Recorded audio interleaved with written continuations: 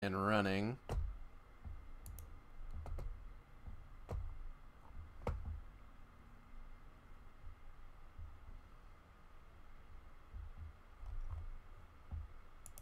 JB, you there? I'm here. Okay, cool. Can you check our audio while I go ahead and set up for some stuff Sounds here? pretty good. All right, I'm going to go ahead and tweet some stuff out. All right. I will retweet it this time because I forgot to do that yesterday. I'm sorry. JB, how could you? I know. I'm.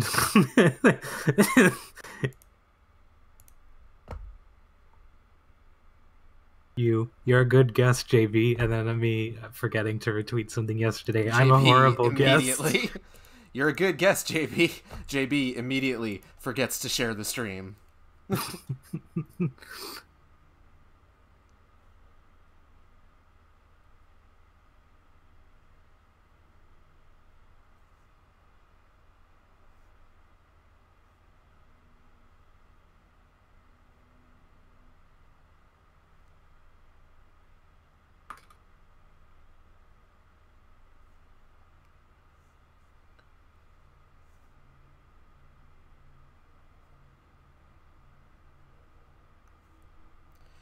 Okay, so hello. Welcome to the Shark Stream. It's me, your boy, Gage. I'm joined once again by JB. Hello, JB.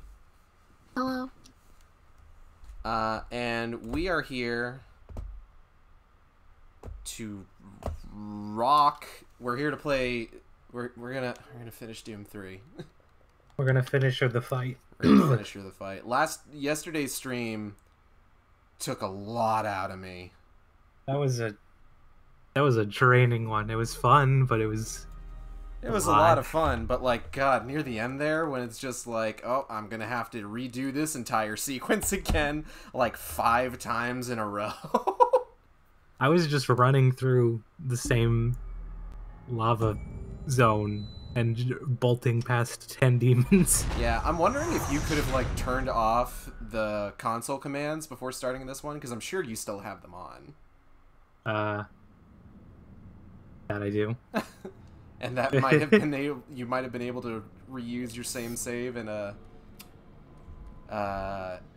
actually been able to save. But anyways, it's too late for that. I should have tried though. Also, JB.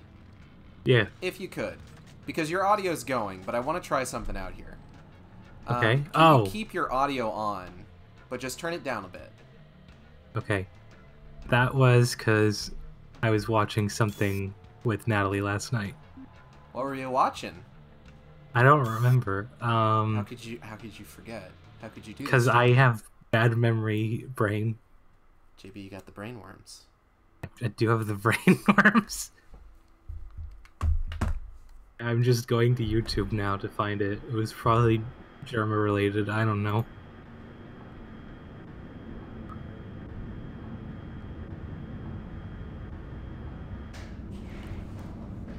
So last time we played Doom 3, it was rough, Yeah. but we got through it. Oh fuck! Right off. Oh the wait, bat. now I remember. Okay. Now I remember what it was. We were watching Mario screaming. Oh, I'm already dead. Mario Off screaming. to a rollicking good start.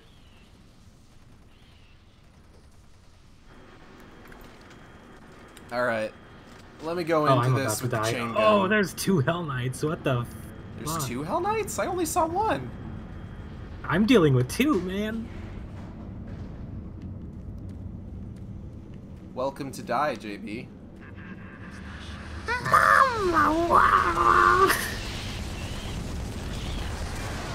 Okay. Oh god, there is 2. Health! Fuck! No! Shit!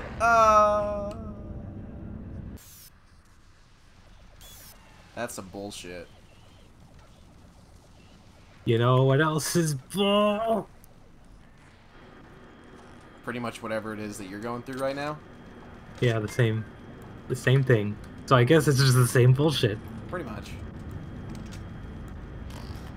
Son of a bitch. I am cornered. Oh, I'm not.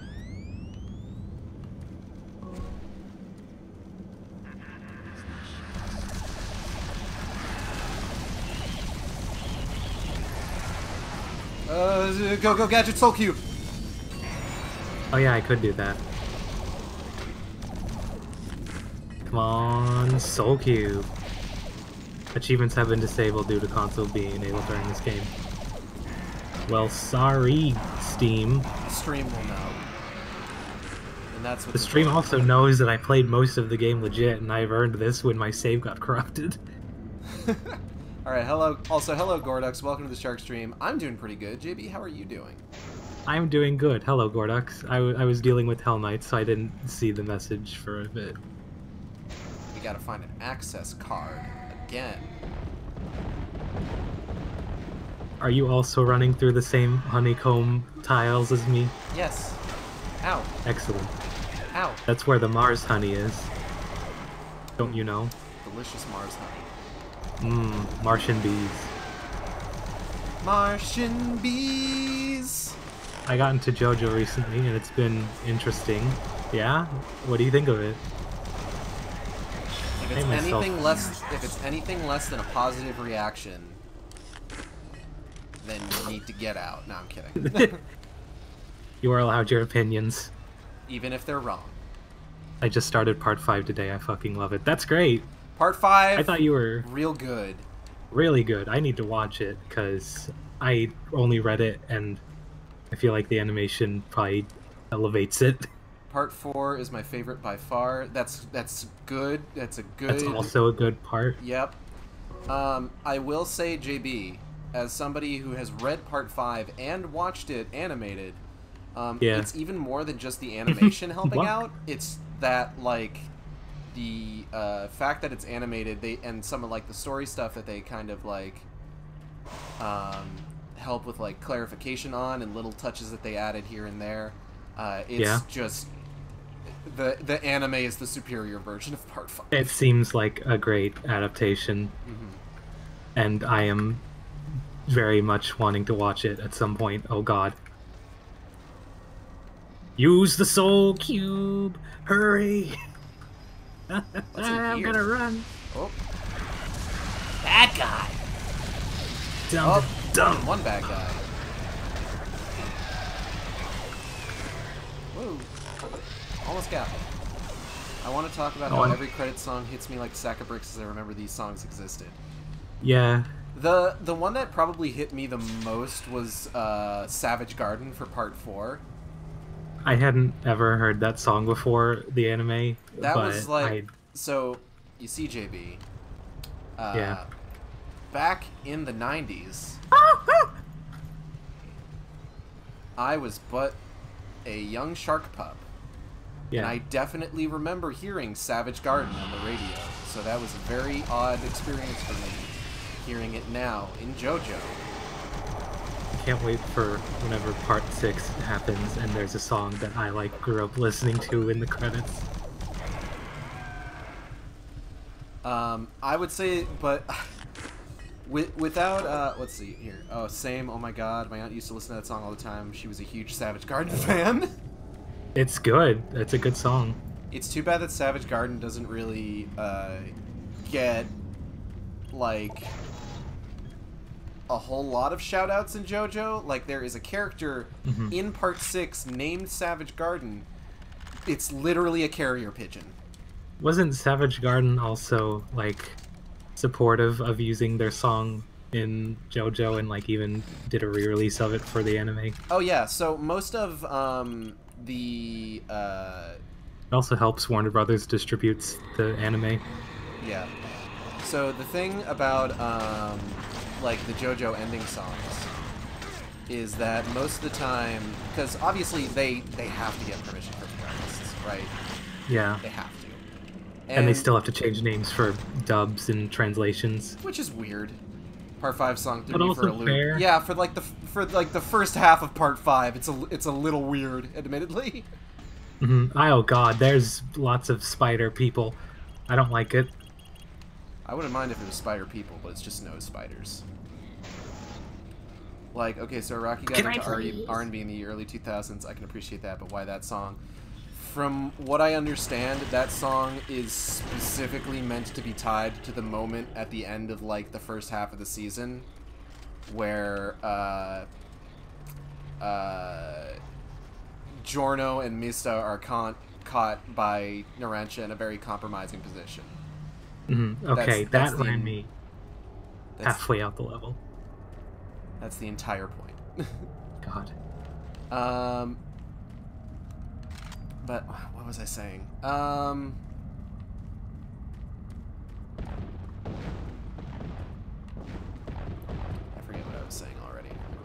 I'm sorry, I got caught up in fighting spiders. It's okay. Oh, wait, I remember. So,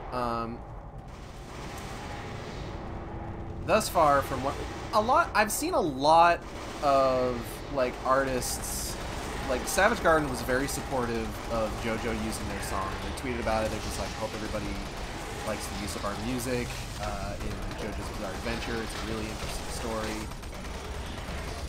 We hope you enjoy it, stuff like that.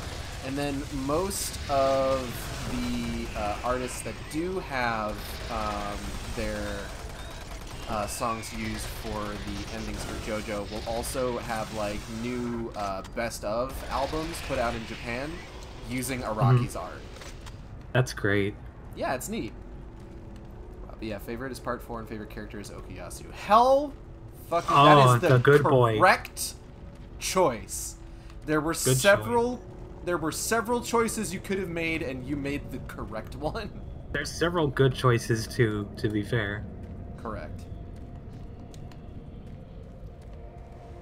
Also, but I really Okuyasu. like Dorohedoro, and Kamen's voice actor also did Okuyasu. Yeah, that's cool. I haven't watched the Dorohedoro anime just yet. I'm waiting for the dub to come out on Netflix, which it's supposed to later in the month. Soon. But I have read all the manga, and it's so good. I've not gotten to reading it yet, but I very much want to. I would like to take a minute to talk about a manga I have read a lot, like pretty much along with y'all. Okay, yeah, go for it.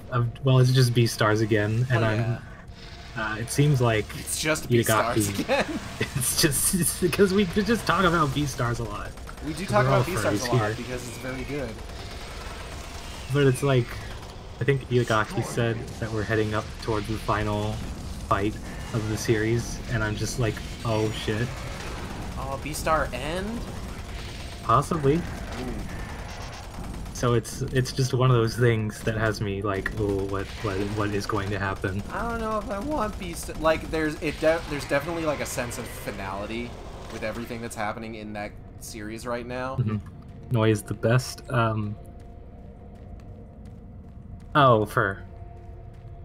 Dorohedoro, yeah. Noi is great. I don't know anyone in Dorohedoro because I've not read or watched it yet, but I will soon. So have you seen people post about Dorohedoro and they post that incredibly jacked lady with the long blonde hair? That's Noi. I love her.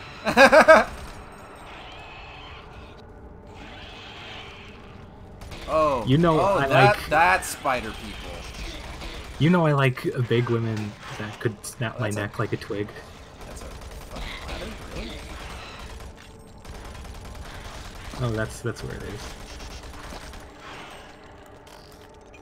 Like that one lady from Castlevania Season 3. Soul Cube, go! Oh, I forget. All of a sudden. She was one of, the sisters. Carmilla's confidants, yeah. Yeah. Always wrote she is tall. I love her, and she is peak character design.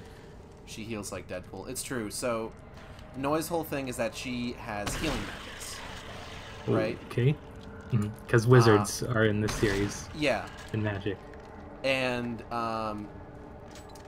like, it's... Whoa. Absolute, like, even the most egregious wounds can be healed by Noi's magic.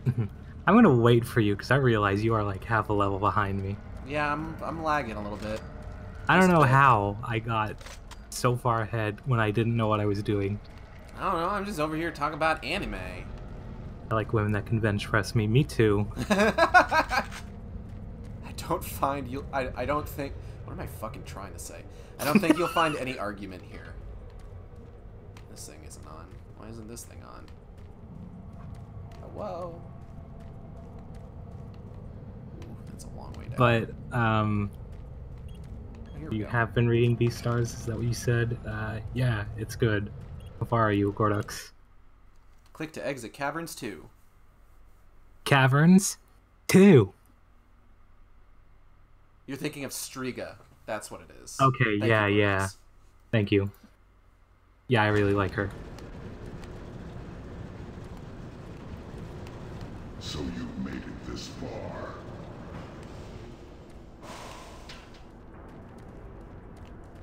Okay, there's a lot of big guns in this room. It's almost like they want you prepared for something. I'm scared to go through whatever the next door is. I'm gonna pull out my Rocket Lounge chair. Beastar's good, and for other furry anime, I'm excited for Brand New Animal. I think there's some new thing on Netflix called Wolf and I that I want to check out that I've heard is pretty good.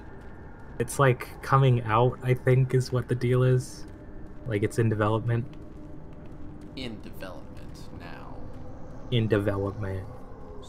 That is the fucking crazy sarcophagi. This Giger casket. Giger casket. What is this? Oh. Giger casket. Ba ba bum bum.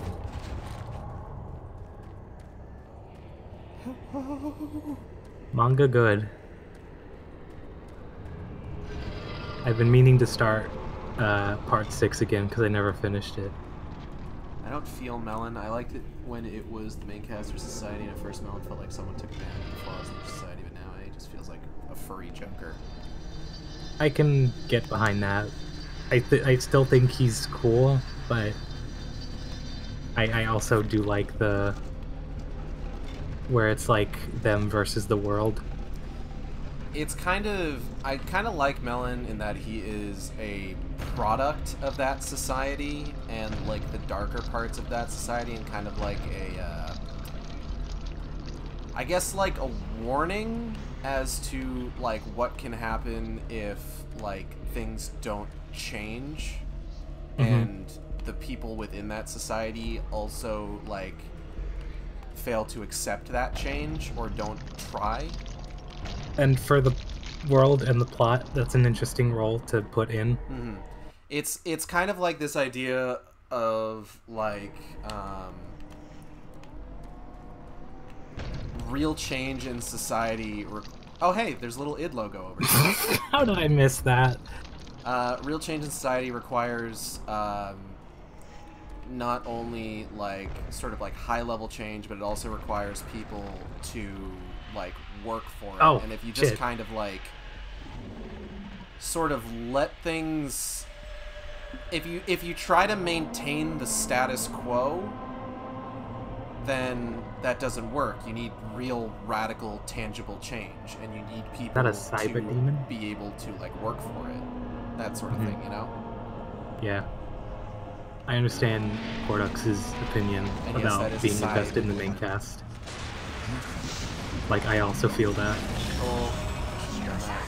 Oh, Soul Cube time. Bazinga. Soul Cube. I hope it kills you.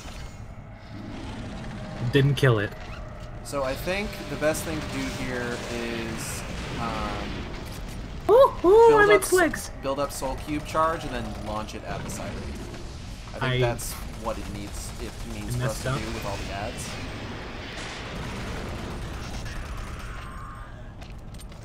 But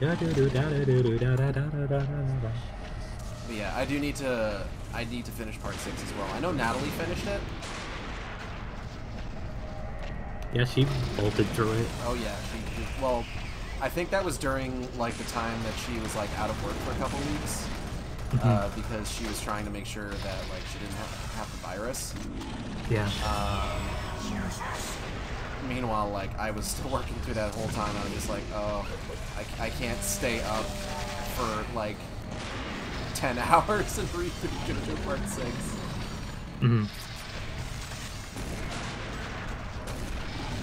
Can I please get these adders? This arena is bigger than I realized. I thought it was a small place. It's like a big circle, this place. It's like a big donut. A big donut? Like the Hell Donut. I love Hell Donut. It's like hell. Guess what? Soul Cube time. But you put a donut at the end of it, so now it's hello. You know what I like to say with donuts? Ooh. You also apparently like to say hello. Oh shit! What just hit me? Something painful. That's what. Oh fuck! Is this like the boss, the final boss, nope. or is this? There's one more. At least I know what the final boss of this game is, and this isn't it. Essentially.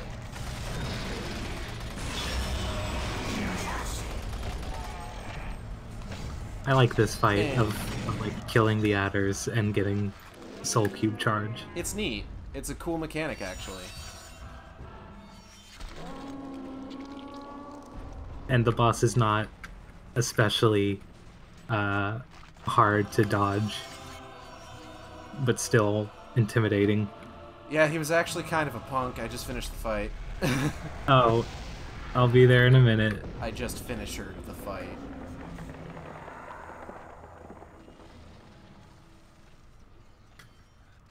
Oh, I did it. Oh, his leggy. His head. Recon Zulu, this is Echo 1. Give me a visual status. Echo 1. Oh, hey, it's those guys that I told to come help us. What is Soul Cube doing? Wait, no, that means I won't have Soul Cube. Signs of the bioscanner. Eyes sharp. Echo 1, we've got a survivor, a Marine. Cage? Corporal, you hear me? You alright? No. Can you hear me? Echo 1, this is Recon Zulu. Prepare for medevac. Copy that. Have you located Counselor Swan? Yes, sir. He's dead. Roger, Recon 1. What about Dr. Betruger? He's nowhere to be found, sir.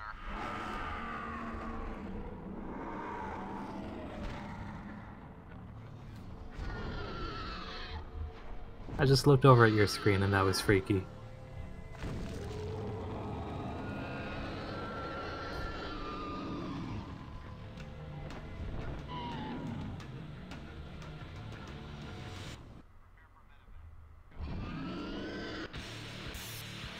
Wait, is that it? I guess you meant the final boss of the expansion? I guess maybe I did? I don't understand. How long did we... How long was that stream? We haven't even been playing for half an hour. Do you want to start an expansion? Hold on, hold on.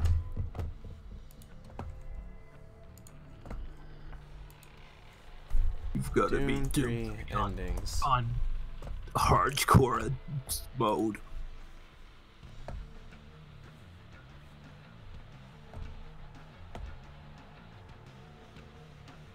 Need to catch up with Doro. Pleasantly surprised by how good the music has been. Nice. Huh. Yeah, I guess that's it. Okay. Hold on. Let me... Plot. Find the Marine alive and discover Swan has died. They are, however, unable to locate Betruger, who in the final scene is shown in hell, reincarnated as a dragon-like demon. Huh. Well, Do we fight said demon? I don't know. Hold on. Let me go to how long to beat real quick. Heads up, I made a Cherryton Academy boys uniform in Animal Crossing New Horizons. That's cool. Nice. I like that. I might want that. Okay, let me... Why isn't it opening up? Please open up how long to beat. Please. I'm begging you. It matches with the corduroy pants and brown loafers.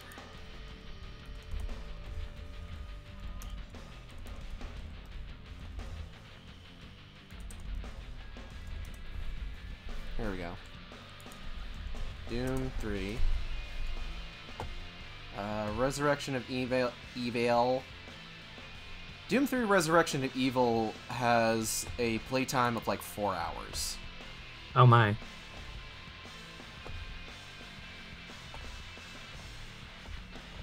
hold on though. We might have something else we can do.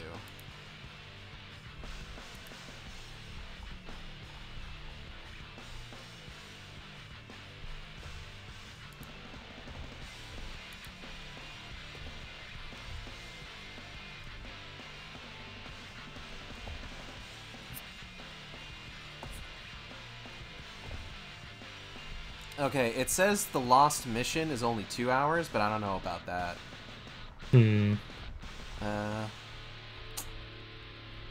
Up to you.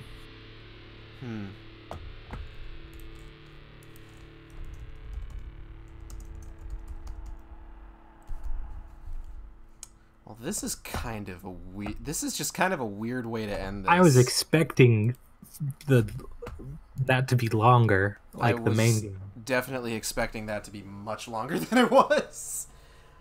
Like, I'm just like, fuck, if I had known that it was only going to be like half an hour, I would have just finished it yesterday.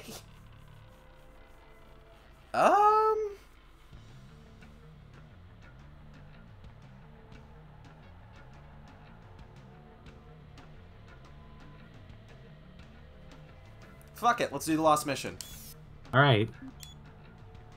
I can't skip the credits.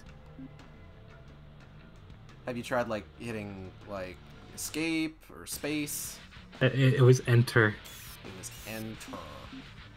Yes. Okay, so Lost mission. Hold you know what? New game. I've earned playing on easy mode. Lost mission, Marine. Okay. Bravo team, plus 6 hours post-invasion. Primary mission, retrieve science personnel and eliminate hostile threats. Did we do that at the same time? No. I looked over at your screen and I'm like, oh, PogChamp.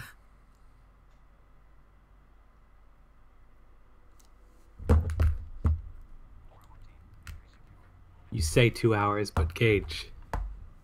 But will it take us 2 hours? Well, I was gonna give us some credit and say we could do it faster. Bro, we are gamers. Speedrun tech. Alright, so to speedrun, you put the console command on. We used the same joke from last night. Give me status. Always clear. There's nothing here, Sam. Ah. I've got a gun, Gage. Hold on, I'm still in the cutscene. I don't know how you still were. Mine doesn't load as fast as yours does, JB. Gage, we didn't have loading screens at the same time, did we? I did! Oh. I had a loading screen! I thought there wasn't a loading screen between the text and the cutscene. Time to punch corpses with fists. Okay, I have gun now. Shit! Have gun will shoot. Okay. Oh. Alright. So I think, if I remember right, this has a lot more, like, run and gun gameplay, a la, like, you know, what you would expect out of something like Doom. Like old school Doom. Mm-hmm. While I'm thinking about it, I liked the campaign. It was pretty good. Yeah, me too. I miss Soul Cube. Miss you, Soul Cube.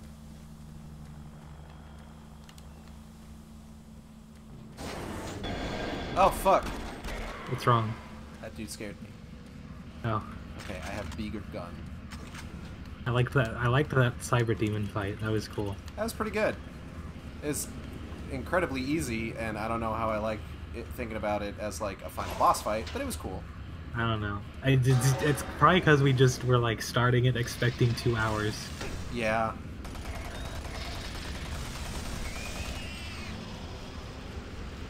I'm sure if I had been in like the mindset that I was in last night doing that sequence, I would have like died 5 times.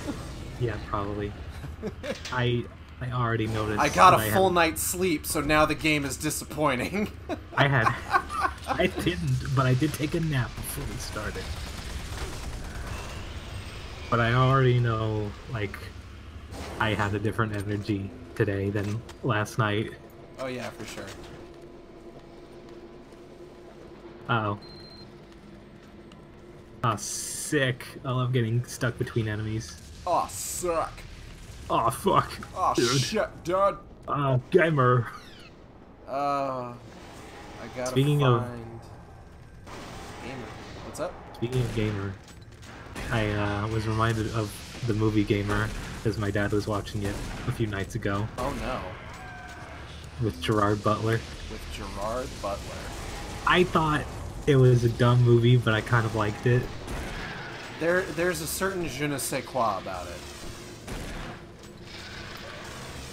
I mean, like, how do you mean? Like... Oh, I don't know what. That's what je ne sais quoi means. That's the joke. Thank you for coming. Oh, okay. Je ne sais quoi means I don't know what. It's like an intangible quality to it that like I can't quite describe. Like there's something I kind of like about it. I just like dumb movies sometimes. Sometimes a dumb action movie is just what you need.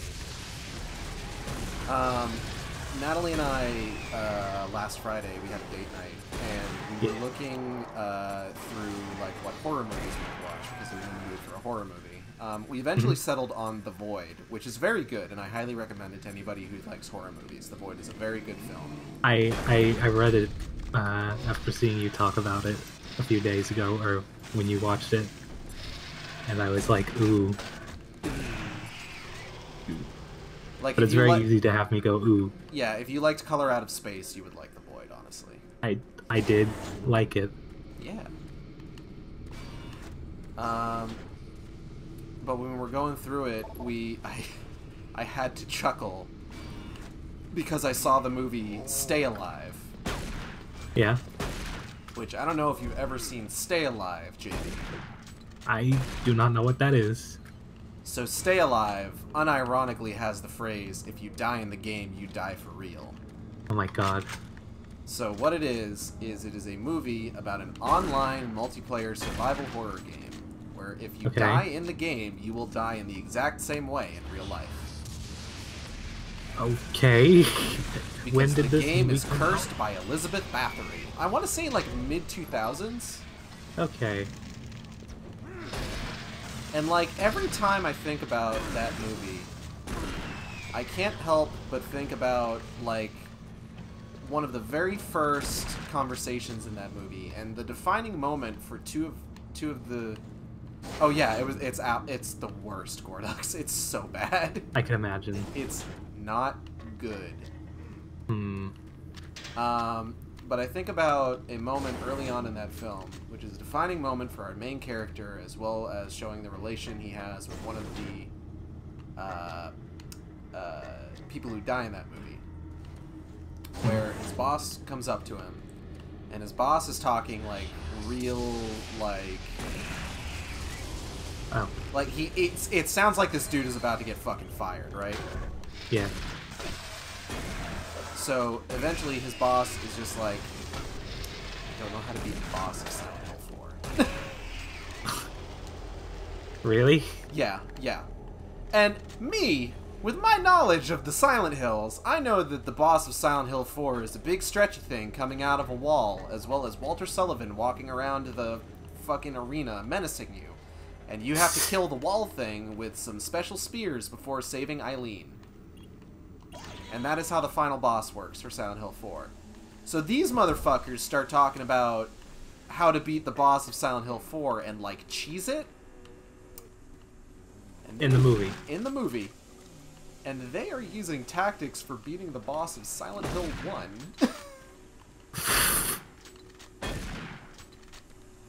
Incredible. Like, okay, so let me drop some knowledge on you about Silent Hill 1. I'm just gonna drop it right on your nog, right? All right, my nog's right here. My nog is ready. Oh. So in Silent Hill 1, super easy way to defeat the final boss is just before you enter the room, you just waste all of your ammo. Like, before the boss. Before the boss. You just fire off all of your guns as much as you possibly can. Because here's the thing about the final boss of Silent Hill 1. You can't defeat it with melee weapons. So if you go into it and you don't have any ammo, then the boss just dies. Huh. And this is the strategy that they discussed for killing the boss of Silent Hill 4. Which is not how you kill the boss of Silent Hill 4. 4 was out by then, right? 4 was out by then, yes. Otherwise they wouldn't have been discussing it.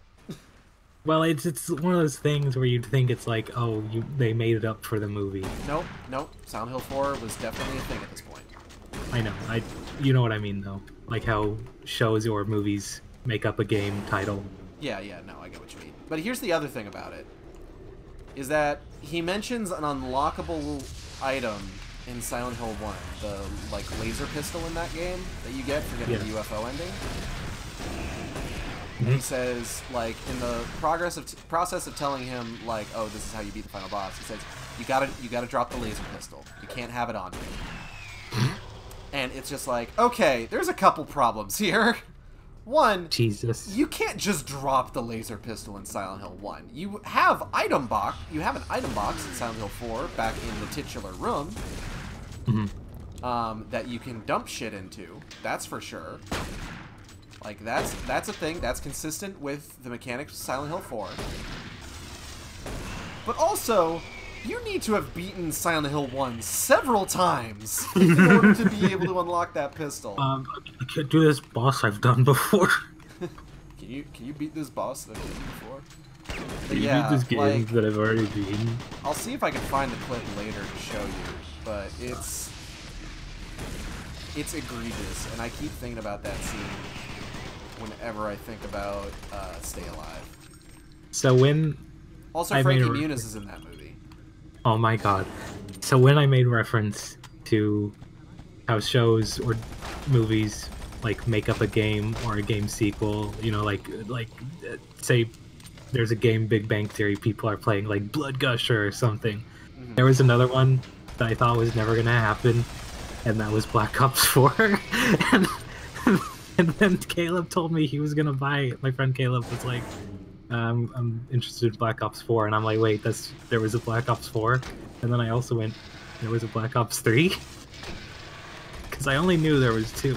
Oh, please tell me you've heard of Black Ops 5. Huh? I'm kidding. Or am I? I don't know. I know there's not one yet. Not yet. We're gonna date this stream. We're gonna date this stream super hard. In case Whenever anyone's Black Ops curious, 5 we comes played Doom 3 Lost Mission on April 28th, 2020. At 7:19 p.m. Eastern Standard Time. AKA 6:19 p.m. Central Standard Time. Gotta put both time zones in. I can't believe someone's alive there. Oh. You must help me. I got a solid state drive gauge. Cool. I can load my shit super fast. Your shit already loads super fast. Gage, this is like a decade-old game. It's gonna load faster. I don't know what happened to them, but without your help, we may all die. I hope I can count on you. Here's the situation. It's kind of nice going back to early game Doom 3. Oh yeah, with like, you're not being like fucking assaulted on all sides by horrible demons, it's just sometimes there's zombies. Mm-hmm. Because I did like the whole duration of the campaign, but it's also just like, this is pleasant, where I'm just walking around and I can shoot things without much worry. The engineers were working with me to redirect auxiliary power from NPRO straight to Exos. I'm very bored of what this guy is telling me about. Looks like you're the only one that can help. I'm gonna look at Did this you pick up the SSD? Not yet.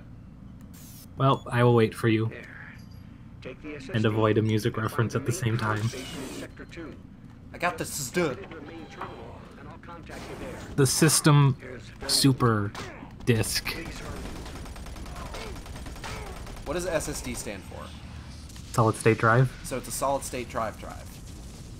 Yes. Because it was called an SSD drive. Kind of like how people say ATM machine. Or how I have to like physically stop myself from saying PIN number when I'm working. Well, what does PIN mean? I actually don't know that one. Personal identification number. Okay. So if you say PIN number, then you're saying personal identification number. Oh yeah. I will say that Stay Alive is good for a laugh. It's a very entertainingly bad movie. I enjoy those. Heads up for like the start of that.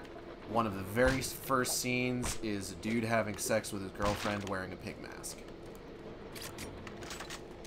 Alright, thanks for the warning. Yeah, you know, just a heads up. It sure caught me by surprise, I'll say that much. It's like, oh, okay, yeah, alright, it's that kind of movie. Those are my exact thoughts, with stuttering intact. I could believe it too.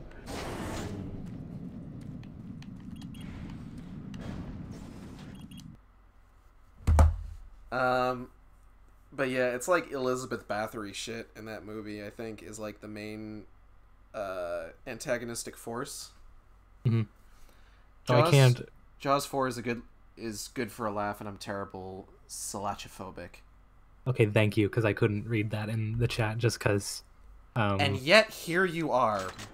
Bless your heart.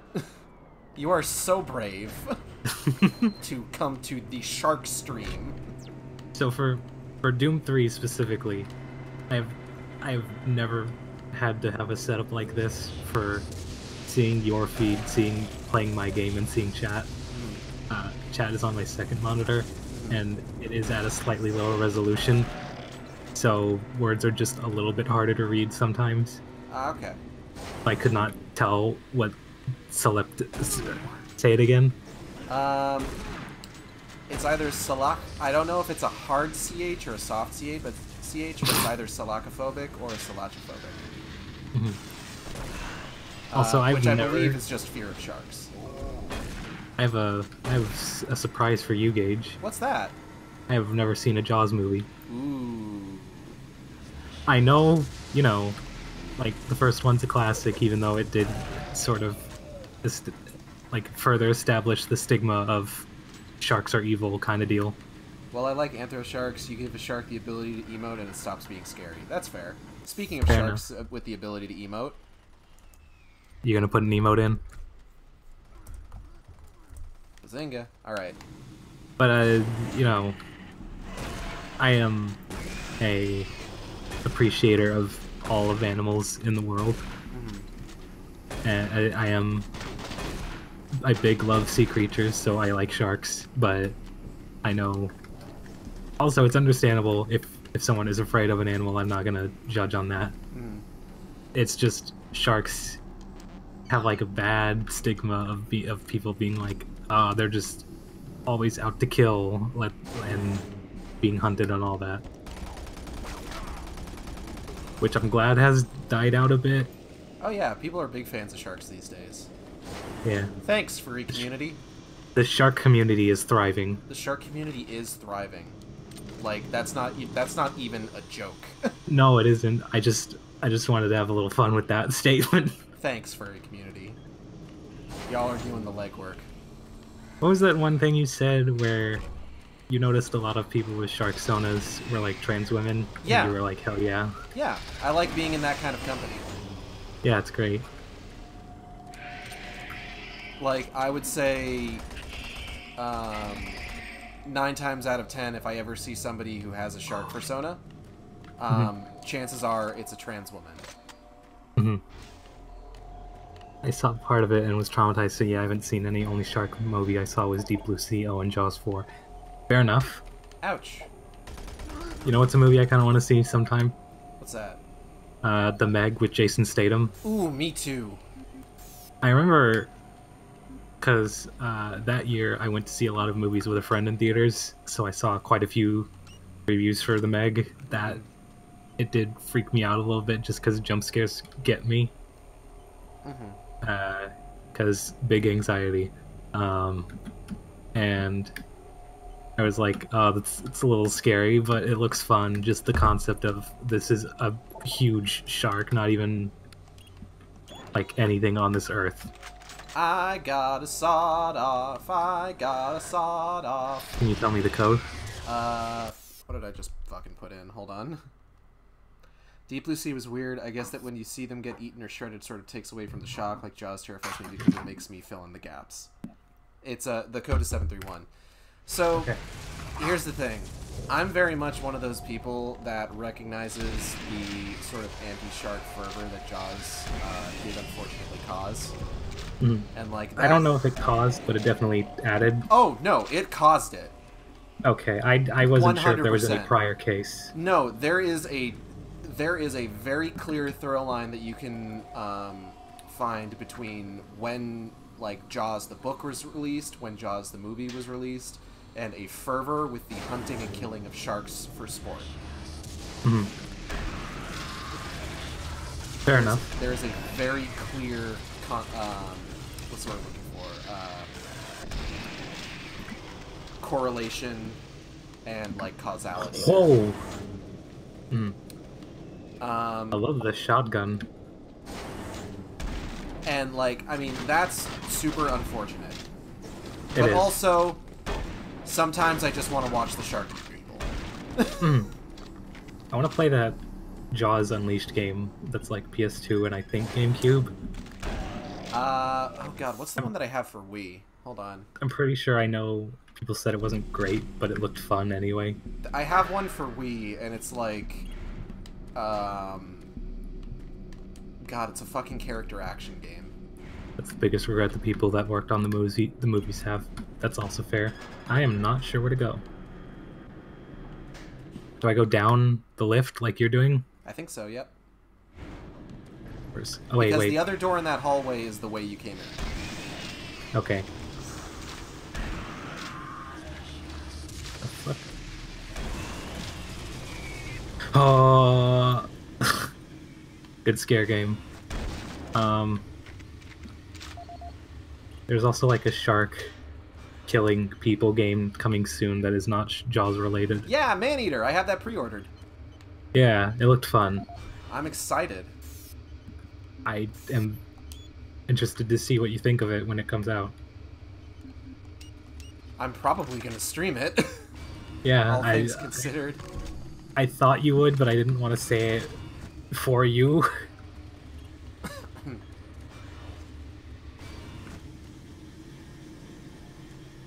But yeah, like Jaws those... is a classic. I haven't... See, here's the thing. Jaws 1 is the only Jaws movie I've seen. I own all of them. But I've only seen the first one. Which, all things considered, probably the only one I need to see. But, like, I'd kind of like to see the others.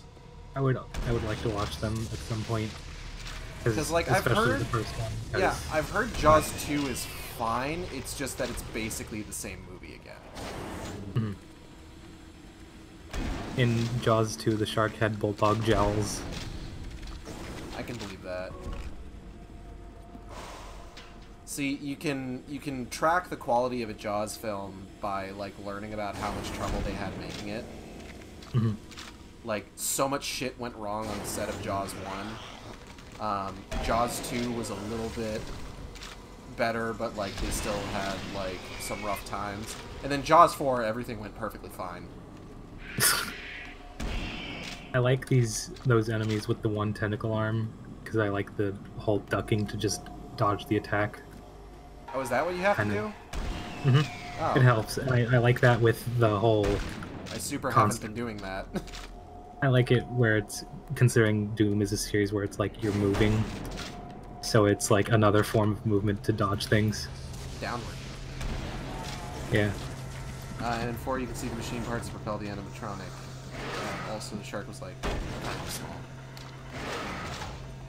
Wasn't 4 the 3D one? No. With, like really bad effects. Jaws 3D was the 3D one. Okay. And Jaws 3D was actually retconned by 4. God. Okay, I didn't know if it was... if Jaws 3D was 4, or if it was its own thing.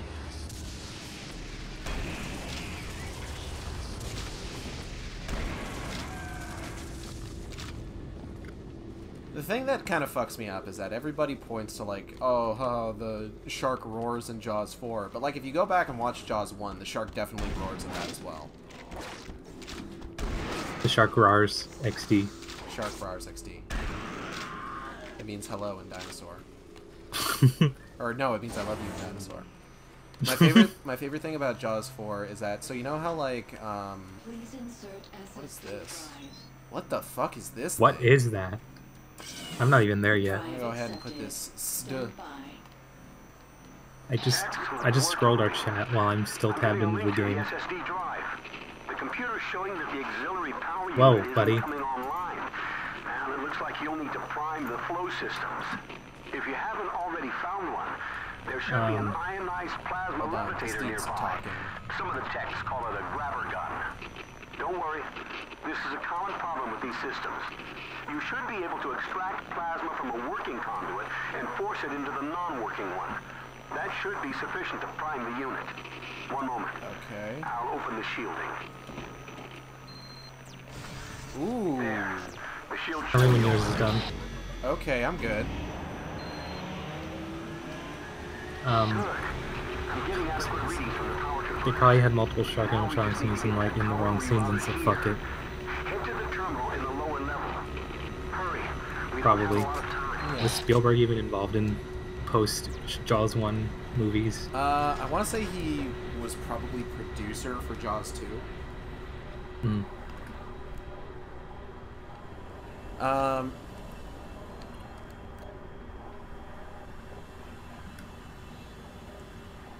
But yeah, in a lot of these films, it's because they were made in like the 70s and 80s, and I think Jaws 4 was 90s even.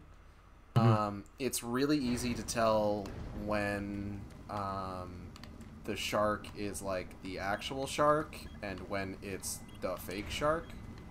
Oh, I accidentally went up again. So wait, Shit. wait, hold up. What am I doing in this room? So you got a grabber gun. Think of it as a gravity gun. You got to grab the plasma and put it in. Oh shit! There we go. My favorite part of Jaws 4 is in an interview. People asked Michael Caine what he thought of it. He just said the movie got in his house. Sometimes you got to do things for the money. Respect the hustle. I understand actors just needing to get a paycheck sometimes. But like, you know how novelizations of movies will sometimes like use earlier versions of scripts?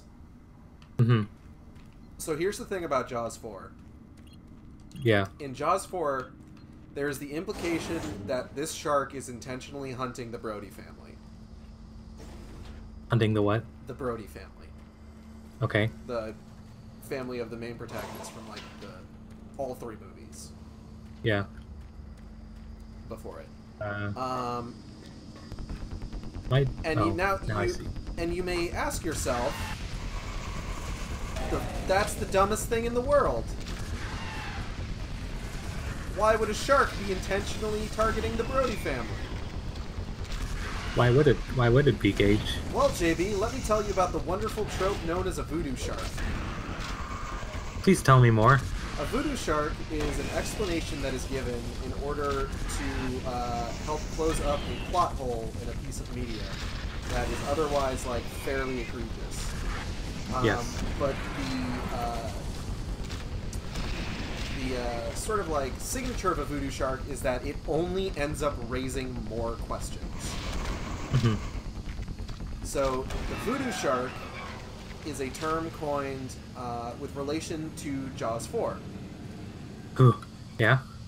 Where in the novelization of Jaws 4, the shark's grudge against the Brody family is explained as the result of a voodoo curse. Okay. Subjected against the Brody family by, like, a voodoo witch doctor. And that is how they tried to explain that. But this only raises the question of why the fuck a voodoo witch doctor would have a grudge against the Brody family. This is which very is dumb. also never explained.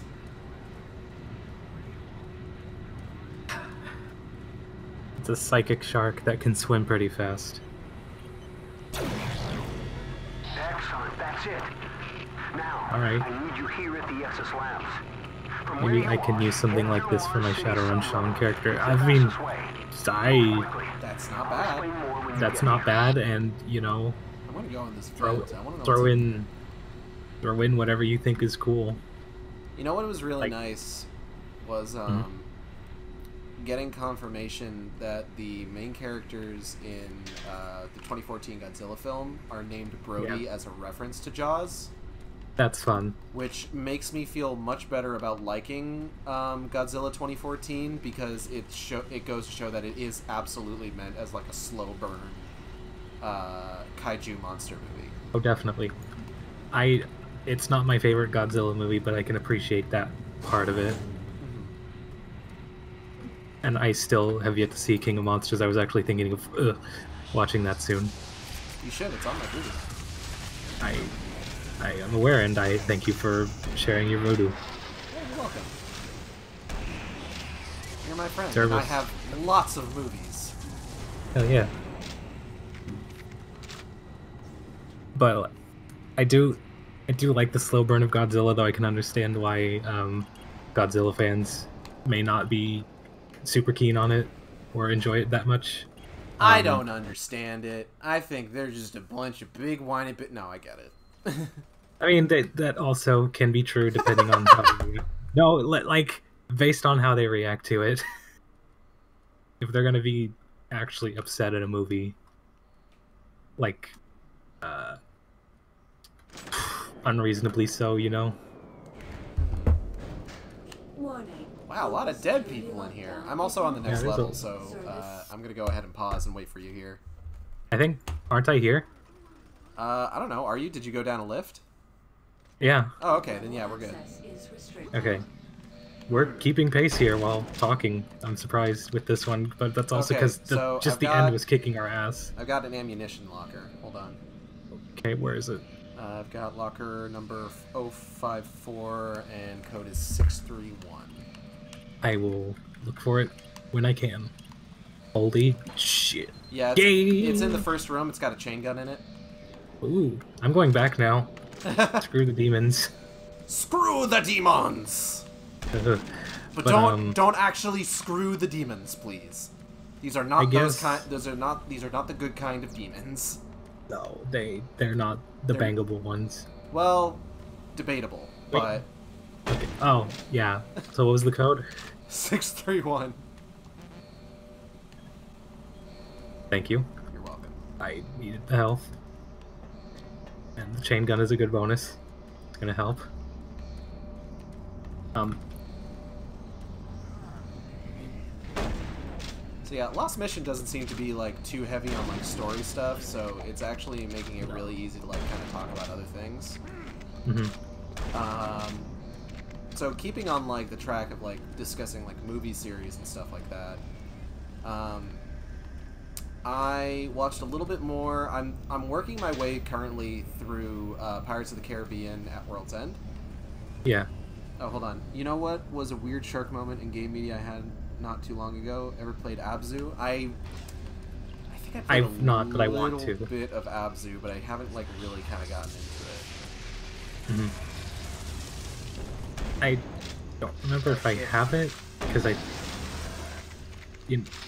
there's like a few sea exploration games that came out around the same time like that, and Subnautica and whatnot. I know that it was on Game Pass for a while. Yeah, that was the thing. I played a little bit of it. I don't know if it's still on Game Pass. I've not gotten around to playing it yet. But you tell me about your adventures in Abzu. Yes, I would like to. I would like to hear about your Abzu story. There's a shark with a scar on it, and throughout the game it keeps appearing and destroying some robots you use. Well, probably shouldn't be leaving all your robots around. It's the ocean. Don't Not the Robocean. Not the Yeah, that! I tried.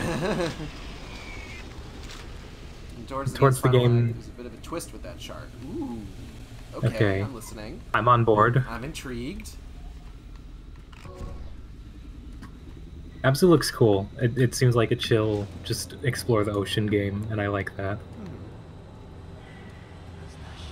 And I would like to play Subnautica sometime, but Subnautica seems the other end of the spectrum of survive. It is very much a survival game more than it is an ocean exploration game, which I'm not generally a huge fan of survival games, personally.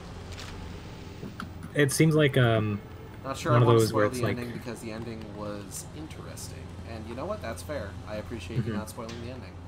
Yeah, I would like to play it for myself, but you have caught my attention. And mine.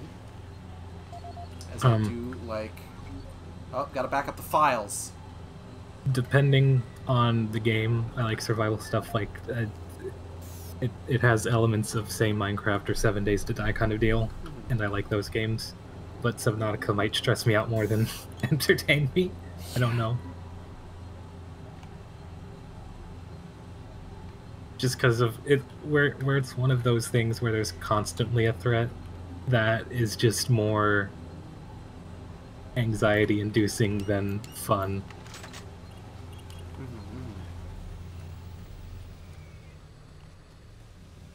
Goes on sale fairly frequently. No, definitely. Abzu or Subnautica? Abzu, it sounds like. Oh, I think it's on Switch, and I power went out. think that was a version I wanted to get it for, but I don't know how well it runs compared to other versions. Ah, no spiders! Yeah, I don't like they're them. here. I just took out 3 at once. That was pretty good, actually. Nice. I am. No one gonna likes to know want spiders. to, like, maybe just. You know, for some reason it never scares me. What, Abzu or...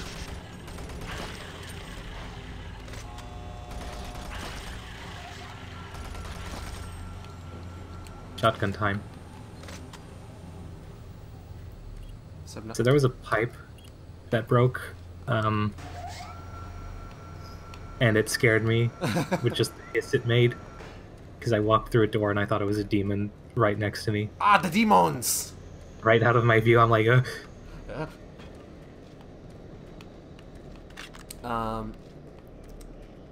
Yeah, to circle back real quick, I've been working my way through Pirates of the Caribbean at World's End. Yeah. I'm just about done with it. Well, not just about done. I think I'm... Which entry is that? That is the 3rd movie. So it's still Okay. within the original trilogy, so it's still one of the good ones. I just like that one, like, even if it's not especially good. I think it's genuinely good, honestly. No, Like- I think it's good, it seemed like that was not the consensus. I mean, it definitely wasn't, but it's one of those things where it's like... So, here's kind of the way that I view it. I don't really view, like, just kind of use this as an example. I don't view the Matrix trilogy as 3 distinct movies. I view them as one narrative, and if you view it as a single narrative, then it really helps with, like, watching through it. Because, like, all those moments that, like, are maybe kind of frustrating in, like, the 2nd or 3rd movies, it's less about Matrix Revolutions being, like, movie number 3, and it's more about Matrix Revolutions being the 3rd act. You know? Yeah. I just finished the level, so I'll be watching you while talking. I kind of like that for this DLC, that it feels like we can do that more than not be sure how each other are progressing. Yeah. So I kind of look at World's End, at World's End the same way, where it's just like, it's less of a 3rd movie in my mind and more of like Act 3 of the original Pirates of the Caribbean trilogy. And that helps me kind of excuse a lot of the weirder things it does. So I watched The Matrix, I'd say, a year or 2 ago with some friends who'd never seen it, but they enjoy the Wachowskis' work. I think they'd only seen V for Vendetta, which I know it's not a one-to-one adaptation of the comic, but I still like it. And it does simplify the themes of it, where like V is much more just like a hero than you're not sure where he stands. But Matrix 1, we were gonna watch 2 and 3, but we've not gotten around to it yet. And I've only seen the trilogy once, all the way through. I did not get to analyze it like that, but I would like to. And I still enjoyed the trilogy overall. And for Pirates of the Caribbean, I still quite enjoy that series. And I think we've talked about the 5th one before on a stream. Yeah, I think I've talked about Pirates of the Caribbean before on the stream for sure. And I won't say I'm excited to get to 4 and 5 necessarily. Hold on, I need to change how I'm sitting. Ugh. I kind of liked 4, but I know it's not as good as the trilogy. It's not. There are, the way that I think I said this on Twitter, there are elements of 4 and 5 that I really like. Yeah. Blackbeard is a really good villain. He was. Captain Salazar in the 5th one is also pretty good. At the very least, aesthetically, I don't think it's Javier Bardem's best. What's the word I'm looking for? Performance in the world.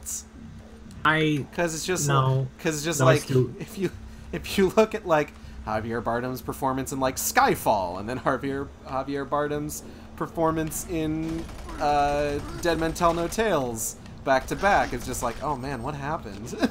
I still quite like him as an actor, though. Oh yeah, he's great, like 100%. God, Skyfall was really good. Skyfall's so fucking good. Okay, I can't start talking about James Bond. I've got that. I would like to when we're done with the topic of pirates. I've got that James Bond fan blood running in my veins. My dad is a huge James Bond fan. I've not watched that many James Bond movies. I think I've only seen the Craig films. I've seen most of the Pierce Brosnan films, I think. I can't remember if I've seen all of them. I've definitely seen GoldenEye. I've definitely seen GoldenEye, World Is Not Enough, Tomorrow Never Dies. I've seen all of the Craig movies so far. I'm excited for the new one, just to see where that goes. I'm hoping it'll be good. I kind of like that. I kind of appreciate that Daniel Craig doesn't really like James Bond as a person, because I think that's an interesting sort of like outlook on the character to bring to a performance. Yeah, it's interesting. I feel bad when he talks about how he doesn't want to do it, and then he keeps getting called back for more. I mean, I think his contract was done after the last one, so I guess maybe like there must have been something about the new one that like he felt like he could come back to it for. But anyway, so we'll get into that we can get into that in a sec. But like the main thing about like I've talked about this before, and I'm not necessarily going to get into like a full discourse discussion about like everything that's been going on in Johnny Depp's life, because that ended up being way more complicated than anyone thought it was going to be, and I don't think that's necessarily anybody's fault, except for like those involved. And hello, Cam. Hello, Cam. I'm sorry you came into the middle of this discussion. Like I said, I'm not gonna like jump into like everything Johnny Depp's been through for like the last. I'm not gonna jump into anyone's defense. I think they both did some really bad stuff. Yeah, there was some bad shit there. But having said that, you can't really ignore like a lot of like the very clear like degradation in sort of like the character of Jack Sparrow over the course of like I wouldn't even say over the course of the trilogy, because he's fairly consistent throughout the trilogy. Just the franchise in general. But like the franchise in general, especially going from movie 3 to movie 4, and then movie 4 to movie 5. I still adore the character. I think that series, Jack was just very entertaining. The character is very good in the first 3 movies. In the 4th movie, it's kind of annoying because they're trying to like make him like the main character. It's just like you can't. It doesn't work. You can't have a movie just rest on the laurels of Jack Sparrow alone. It doesn't work. It very clearly doesn't work. And I'm sure you caught up to the discussion, yeah, but there's no discourse like personally for us. It's just the topic of Johnny Depp and his ex-wife, I guess. Yeah. Johnny Depp and Amber Heard. And like it's hard not to like touch upon that subject, because that was definitely a factor in the performance in like the 5th movie. Because you hear all sorts of things about like how kind of like difficult he was to work with on the 5th movie, probably in part due to everything that was going on. But like you hear about how he had to have an earpiece in and be fed his lines during filming, stuff like that. Was there stories like that for the other movies, or did they say they liked being working with him? I don't remember hearing about stories like that for the other movies. And like the thing is that you can blatantly tell that he's being fed lines in Pirates 5. When he was very clearly doing a much better job in the earlier movies. Like God. even in like the 4th movie. Is that all? Okay, we already have a Hell Knight. This is 2, actually. Hell Knight 2! The sequel. Can this one die, please? Thank you. Oh my god, it got close.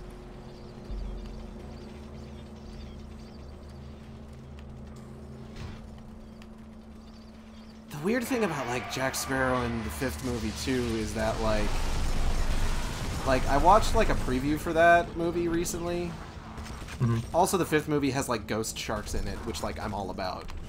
Oh yeah, the ghosts in that movie were just very interesting visually.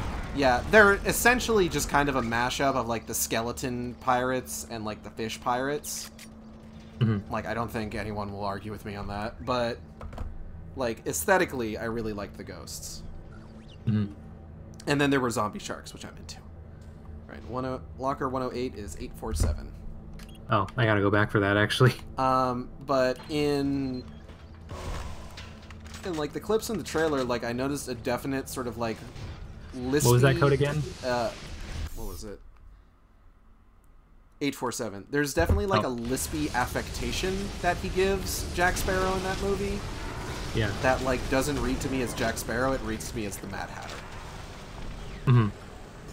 Because that movie happened and people are like, oh, the Mad Hatter's so good. Yeah, but like the Mad Hatter isn't Jack Sparrow, and Jack Sparrow should not also be the Mad Hatter. And similarly, he was not the main character in that movie. He was just a character too that people were entertained by. Jack Sparrow was a sexy lamp in the 5th movie. Yeah. You could have replaced him with sexy lamp, and the narrative would not have changed. No, it would not have. Ooh. And like that's kind of unfortunate, honestly. What is hitting me right now? Oh, there's a Revenant. My basic thoughts, I just did not enjoy Dead Men Tell No Tales aside from things like you said about it. I liked that opening scenario of them like stealing the vault from a bank. Oh yeah, that was pretty good. That was just fun, and I was like, yeah, that's good. And then the rest of the movie was not that good. entertaining. The one thing that I really, really liked about Dead Men Tell No Tales was essentially getting closure to Will and Elizabeth's story. Like, that final scene genuinely makes me cry when I watch it. Was it like before credits or post credits? I want to say it was before credits. Okay. It's the My one. robot also died. It's when he shows up on shore and he's like freed from like the curse and everything. And then, holy shit, Keira Knightley's here. Oh my god, I can't believe they got fucking Keira Knightley back for this. Yeah, really. Keira Knightley, run. You could be in so much better movies than this. She really could. But I appreciate that you came back for the cameo. At least it's a cameo. They can't say she ruined the movie. Because she didn't ruin the movie in the first 3. She was like one of the best things in the first 3 movies. No, she was fantastic. Like going back, I don't know if the world is ready to have a discussion about how the love story between Will and Elizabeth is like the heart and soul of those first 3 movies. I don't think we're ready for that discussion yet. How did that missile miss me? Missile. But ish. I need health. Desperately. Son of a bitch! Get off me! But also because I was very caught up in that discussion, thank you for coming to the Shark Stream Cam. It's good to have you. Yeah. I was also caught up in the topic. I'm sorry. Because I loved that series as a kid and watching it with my family. I'm Dead. That was the first death of the expansion. I'm surprised. And you're playing on easy mode. I am playing on easy. I make lethal joke. Playing on I feel easy a little is bad fine. that I picked it, but Playing on easy is okay. Okay. Okay, okay. I'm working out, so this is a good thing to listen to. Enjoy your workout. Hope Oh yeah. Hope everything is working out well. Stay hydrated. Stay hydrated. Okay, you made a little joke. I make lethal joke. As a treat. Occasionally, I make lethal a joke as a treat. So I'm gonna roll back to the James Bond topic, even though I don't have that much to contribute because I don't. Hell yeah, I have so much to contribute. I am not knowledgeable on James Bond. I am a very casual fan. I like the Daniel Craig Bond films like 50-50, where I liked Casino Royale a lot. 50-50. That is an accurate sort of like. I love Casino Royale. Between exactly how good those movies are. I think it's really good, that first one. I liked Quantum of Solace because I was like young and I guess didn't know better. I wasn't critically thinking about it. And then the second time I watched it, I'm like, I do not care for this film. And then Skyfall knocked it out of the park. I love it. And then Spectre was disappointing after Skyfall. Though I do like, what's his name? Christoph Waltz. Even if that's not his best.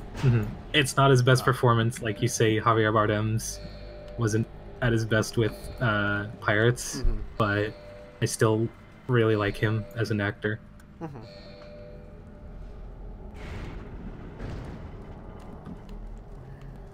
I have an awesome mashup of aquatic ambience from Donkey Kong Country and Skyfall. Oh, that sounds great. That sounds really good, actually. I'm for that. Who do they got doing the theme song for the next one? The next one? I forget. I know Billie Eilish. Okay, that could probably be pretty good. It could be. I don't know if it's going to be Skyfall by Adele good, but... No. You know what? I don't even remember what fucking Spectre's goddamn opening was like. I just remember that I didn't like the one for Quantum of Solace. I cannot remember the name of it, but I know I liked the song, and it was Sam Smith, and I really like them. Was that Sam Smith? That's really cool. Yeah.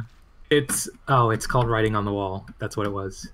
Nice. It was very good. That is one of my positives about that movie is the theme. You gotta have a good theme for a James Bond movie. If you don't have a good theme, the whole thing fucking falls apart. And what's the fucking point? What's the fucking point?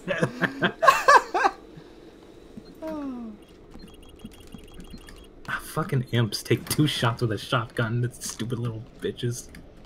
Wow, JB. Tell us how you really feel. I just did.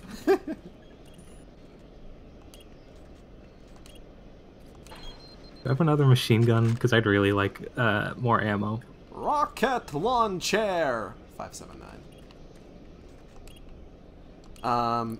But as I said, I am genetically predisposed to be a James Bond fan. Yeah? Because my dad was a huge James Bond fan. Or he still is. Yeah? I should iterate. My dad is still a huge James Bond fan. My dad's still still around. James Bond fan, but the series really took a hard turn.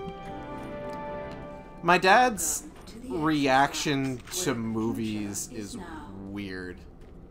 Yeah. Because, like, every single time I've gone to see a movie with my dad, whenever we walk out, I would just be like, what'd you think of it? And regardless of the movie's, like, objective quality, my dad has consistently been like, yeah, it's pretty good. Did you beat the level and get to Exis Labs? Yeah, I'm in the Exis Labs. Okay. And it's just the most infuriating thing in the world, because just like, Father, I am trying to have, like, a constructive topic about the narrative experience we both just underwent. Please, give me something better than pretty good.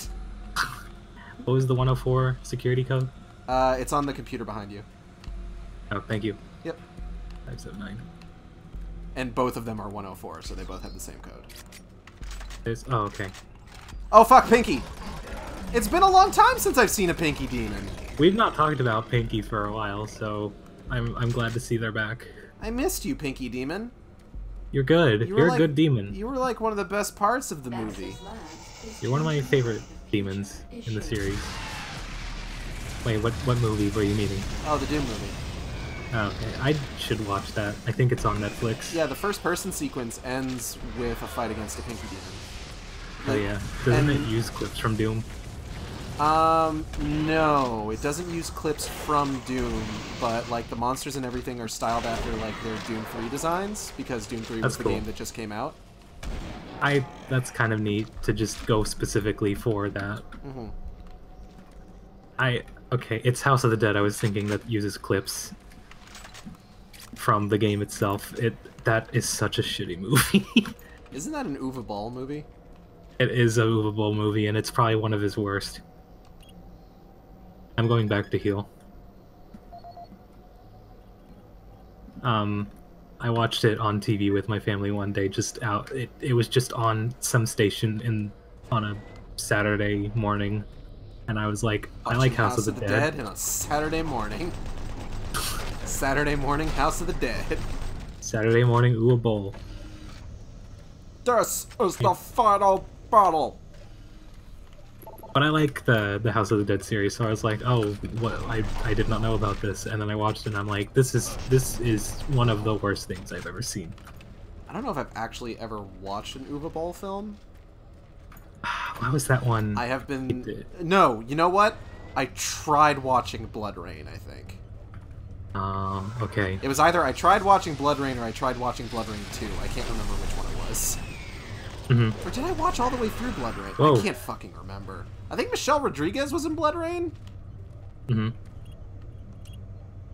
Also, Cam, I hope you can finish Final Fantasy VII Remake. I'm excited for that, and glad you've been enjoying it. What's that one?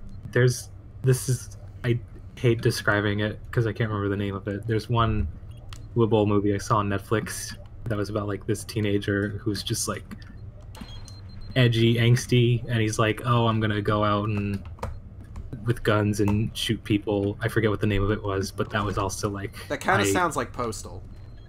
I think it was Postal. Which was definitely like an adult man that does that. I forgot if he was a teenager or if he was a man. But it's bad, but it was also just upsetting to watch because I just don't like that setup. I mean, it was a movie based on Postal. Mm-hmm. So like, but that's kind of how that goes. I know, that's more, I'm trying to extend that into Postal itself, or that, I think it's called Hatred. Oh, yeah. One game from a few years back. That's coming to Switch for some reason. Somehow. I don't know how that happened. Because people lauded it, they hated it, and wanted it gone from Steam. Lauded is a positive reaction, Jamie. Oh, never mind. The opposite one, the antithesis of lauded. The antithesis of lauded. You know what I mean. They hatreded it.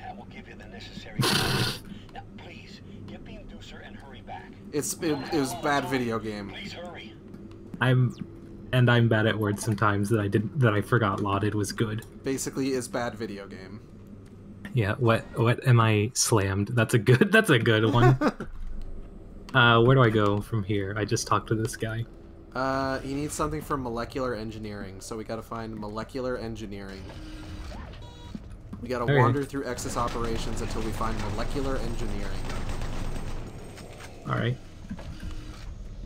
I saw somebody on my timeline today talking about how they needed to stop themselves from, like, enunciating the word passport at work. I'm just like, oh god, same. This is what happens when you have your passport. What, are you trying to tell me that you don't have your passport? Okay, I understand how it sounds when I put my mouth to the microphone. I mean, I put my mouth, like, right up next to the microphone, so I don't know how you did it. Like, all the time? I don't know. No, I mean, how close is it to your mouth? It's like a foot away from my mouth right now. Oh my god, mine is usually close to my face because I feel like it doesn't pick it up very well. Yeah, see, I'm much more. I'm kind of a naturally loud person. I am too, but I have to control it when it's like this hour. I don't have to control shit. Someday I won't have to. Whoa! I just boosted the volume of my audio interface when I want to do the loud volume tone. It's very good when you do that. I hear static and everything. What in the hell are you? You're cool looking, dude! Oh hey, I found plasma. You killed me, dude! Ooh, large boy. Got a weird thing on his mouth. Don't know if I like it. Fuck, I'm dead. How far back is that gonna put me? Like here.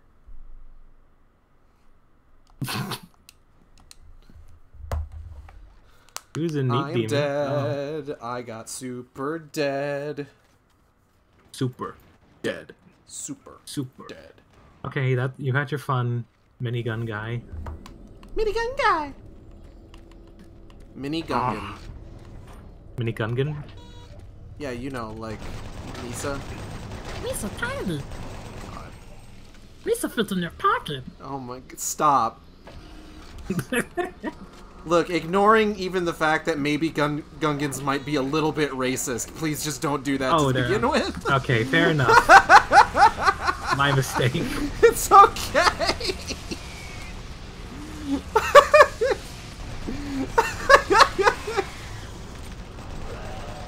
Please, no Jar Jar Binks micro ASMR. Oh god. Fuck! Ah, I shot the ground, not the imp. Reloaded, you fuck. Ow. Ow. Okay, I think... I'm gonna go ahead and save right here. Can I save? Can you? I'm not using the... Elementary school teacher voice, I don't know, can you? I think I just did. Gage? Yeah, what's up? Whatever is the matter, friend, JB. Just that, kind of. I don't know, can you?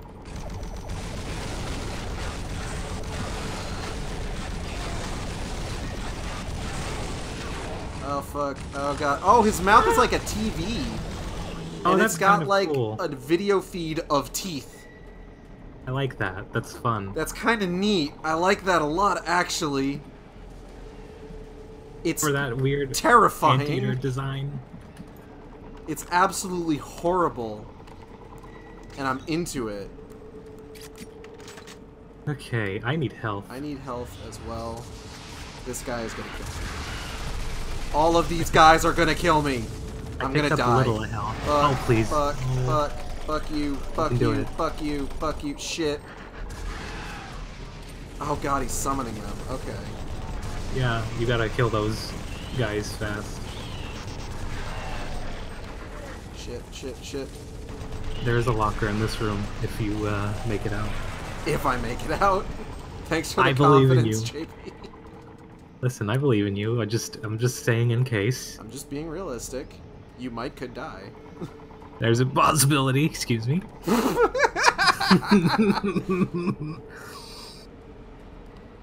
Damn, JB. Damn.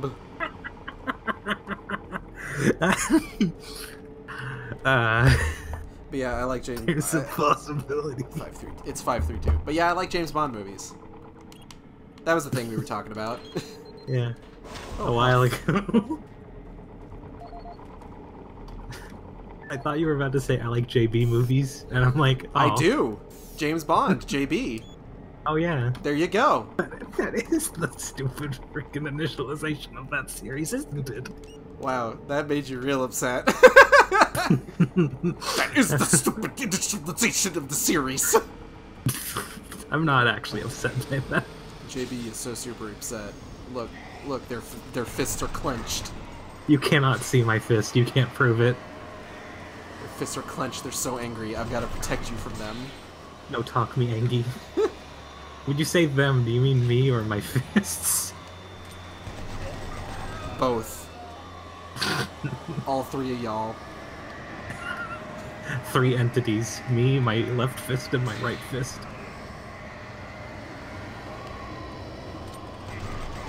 literally zero knowledge on James Bond movies or songs. Did I? Oh my god, how did I die? Which, like, is fair. Mm-hmm. A lot of, like, James Bond movies outside of, like, the Pierce Brosnan or Daniel Craig movies, I only kind of, like, have... Like this one JB. I only kind of have, like, basic knowledge of because, like, you know, just via osmosis. Because my dad's such a big James Bond fan. Mm-hmm. And, like, my dad really likes the original sort of, like, Sean Connery films. He's not a fan of the Roger Moore films, which I think have the highest number. Like, there's the highest number of Roger Moore films. Huh. So there is a large swath of James Bond films that my dad just straight up does not like. Mm-hmm. What was this code again for 071? I don't remember. No, I got it right. 742. It's 532. Thank you. I'm gonna save that again.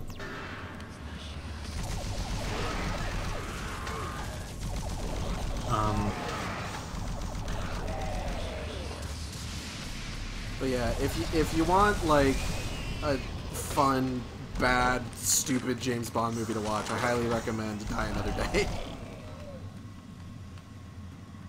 Which Bond is that one? That's the one with the theme song by Madonna. Oh, well, I meant actor. Pierce Brosnan. Too. Okay. I thought people. Which one did you say your dad didn't like? My dad doesn't like Roger Moore. Oh, okay. My dad my dad liked the Pierce Brosnan movies well enough. I thought the Brosnan Bond was like one of the popular ones. He is. It's just not all of the movies are good. Mm-hmm. Like GoldenEye and Tomorrow Never Dies, pretty fucking good. Die Another Day, stupid as all get out. Was Sean Connery Bond for a time? Sean Connery was the first Bond. Okay, I feel stupid to ask that, but I genuinely forgot. And also kind of the third? Like he came back? Yeah, it was... I'm trying to remember what it was. He did a bunch of movies, and then they replaced him for the first time, and then he came back for another one. For some reason. I don't know. I'm just having a thought of, like, if the Bond series was formatted more like Doctor Who, and it's just, like... constant regeneration. That like, was something they wanted to do in Die Another Day, I think. Mm-hmm. Not so much that, like, they do a big sci-fi regeneration, but more along the lines of... What if Bond was like JoJo? It's more along the lines of, like, James Bond is just a code name, and multiple people have had it over the years, and they wanted to have, like, other actors who have been James Bond, like, cameo as, like, proof of the concept. Mm-hmm. And then, of course, that was thrown out the window, obviously, by Skyfall, which is like, no, Bond is the name of his adopted family. Gage. Yeah, what's up? James Bond's Bizarre Adventure. James Bond's Bizarre Adventure. You've got a wide swath of song names to pick from for stand names. God, you do. God, that would be kind of cool for, like, a stand that's based on a Bond song. Yeah, what's the... Oh, God. You know what? If I had to have a stand... Like, the name of my stand is Poet of the Fall. I decided on that a long time ago.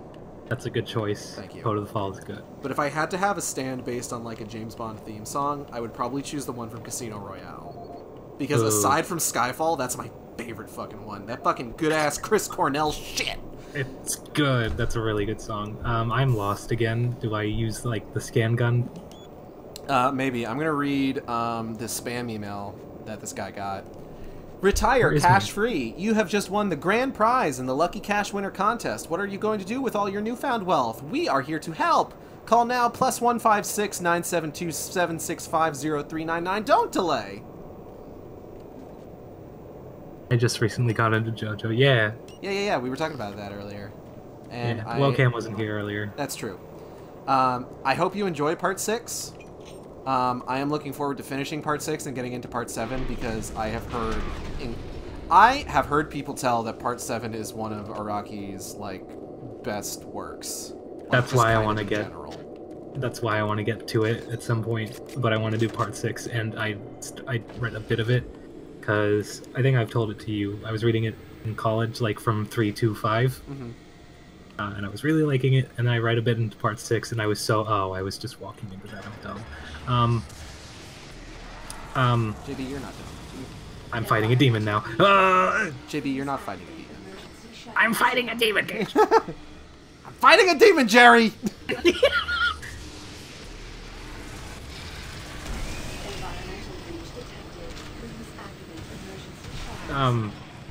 But I got burned out once I was reading part 6, because I was like, I've read 3 whole ass over 100 chapter manga, and college as well. I just took a break from it, and then where I was reading Beastars, I also found part 6, and I'm like, I will start this over again because I do like Jolene. She's very cool. Jolene, good. Cam would like Jolene. Cam would absolutely like Jolene. I died. To Jolene. Where's that gonna put me? Hopefully not far. Because I'm concerned. Oh, and I want to make Jotaro's outfit from part 4 in Animal Crossing. That's a good outfit. Love the way his hair just blends into the hat even though it's white. Yeah. It's funny. Like, we're just gonna go ahead and stick with that, huh? That's what we're gonna be keeping over the course of this. Okay. At least Araki's consistent. I don't know if I would describe anything Araki does as consistent necessarily. No, but it is yeah, not. okay. That is part of the Joe joke. What the hell? But Okay, I don't think it put me too far back. God. Whoa. You good, buddy? That was quite a fall. All I know about JoJo is... Fuck. Yo, Angelo. Yo, Angelo. I still think it's really fascinating that you decided your first introduction into the series was the live-action movie for Part 4. At the very least, I can tell you that literally everything else about JoJo is better than that. Yeah, it is. You are only going to go up from there. It's all uphill from here. It's a rock, that's for sure, and it was wild. It was a wild. I still think there's things about it I liked, but I'm still, like, torn on it. But kind of would have wanted another movie at least. I really want to rewatch, I mean, basically everything I want to rewatch with regards to JoJo. Like, I definitely kind of want to go back and rewatch, like, part 1. Like, I've started rereading through the series. I'm trying to remember what I'm up to now. I think I'm up to... oh, right. Jonathan Joestar is fighting Jack the Ripper. Okay. I don't remember if I told this on stream. I think it was just with you and Excel, but there was a time that I didn't want to read part 1 because I wasn't too fond of old Araki art of that era. But then my previously mentioned friend Caleb bought me the first 2 volumes of the recent English printing of part 1. Previously mentioned friend Caleb. Yes. I thought it would be fun to say, and it was.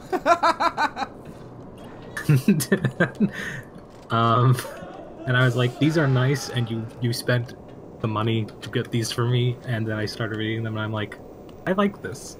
His writing is still good. And it is interesting to go back and look at the art, even though I'm not. I prefer his art later on in the series. It really his art really starts, like, it starts improving in part 3, but I would say, like, he definitely hits, like, a good stride around, like, part 4, part 5. I think it became his own, like, part 3 onward is what I liked more, because I know he was influenced by Fist of the North Star, and, like, it's still quality art in part 1, but I could see I was like, I want to see more of what he could do himself. Is the beginning of the manga better than the first episodes of the anime? It's, so here's the thing. Part 1 is very short. the current run of the JoJo manga, which is based on the JoJonium reprints,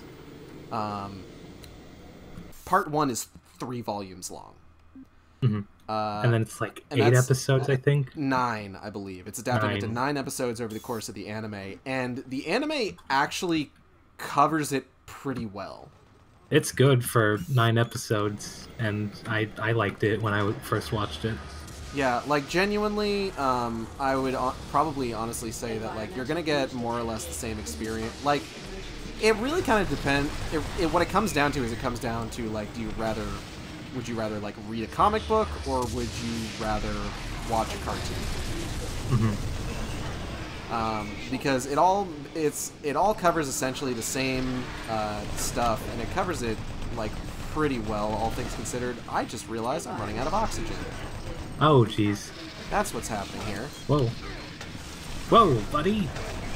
You wanna try not doing that?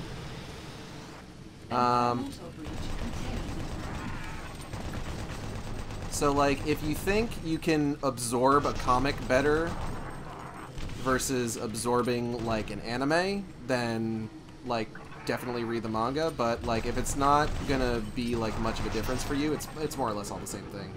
Mm-hmm. I'm curious what you don't like about episode 1 and 2. I guess it's explaining a lot of information too fast. Mm-hmm. Yeah. But I guess that's the big issue with the first 2 episodes, but after that it gets better. Yeah, the fact that they condensed parts 1 and 2 into, like, a single season of anime definitely kind of smacks of, oh, we really just kind of we want to do good by this, but we also really want to get to part 3. Mm-hmm. I like the part 2 anime a lot.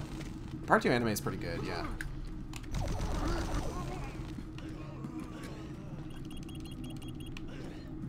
I wish Joseph didn't regress to where, I don't know if I said it to you, I like him in part 3, and then when part 4 happened, just because of the whole setup of he's Josuke's his illegitimate kid, it's like I hated him for that.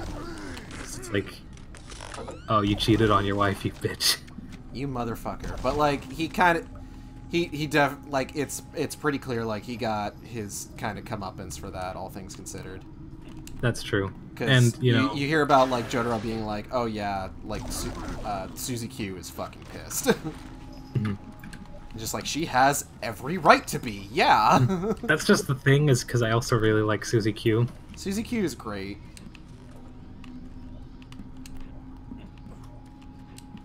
How do I get out of here?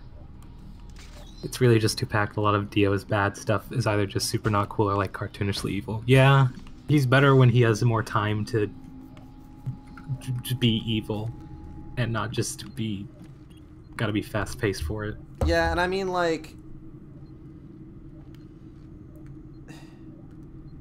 they really want to, like they really need to build it up, because they need to, like, kind of do the whole, they need to be like, yes, Dio is very, very, very blatantly a bad person. Here is how bad he is. Here is all the bad shit he's going to do, all in the name of ruining Jonathan Joestar's life. Mm-hmm. I put in the wrong fucking combination. There we go. I'm back here now. 372. Like, my astonishment when I found out that you thought it was blank, but it was me, Dio meme came from a scene where Dio forces himself on a woman's bed. By the end of the second episode, I was like, here we go, this is better, but that beginning is just rough. Yeah. It's pretty rough, yeah.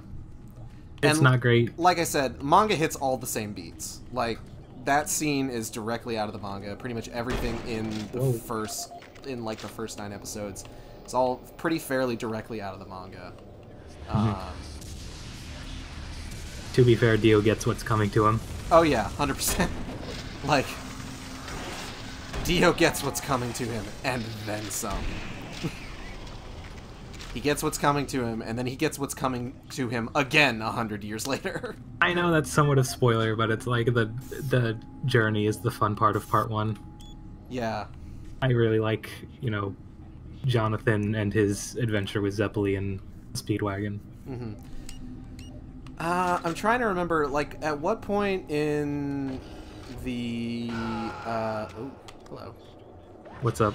I'm trying to remember what, like, the end point for, like, Volume 1 of the re-release is.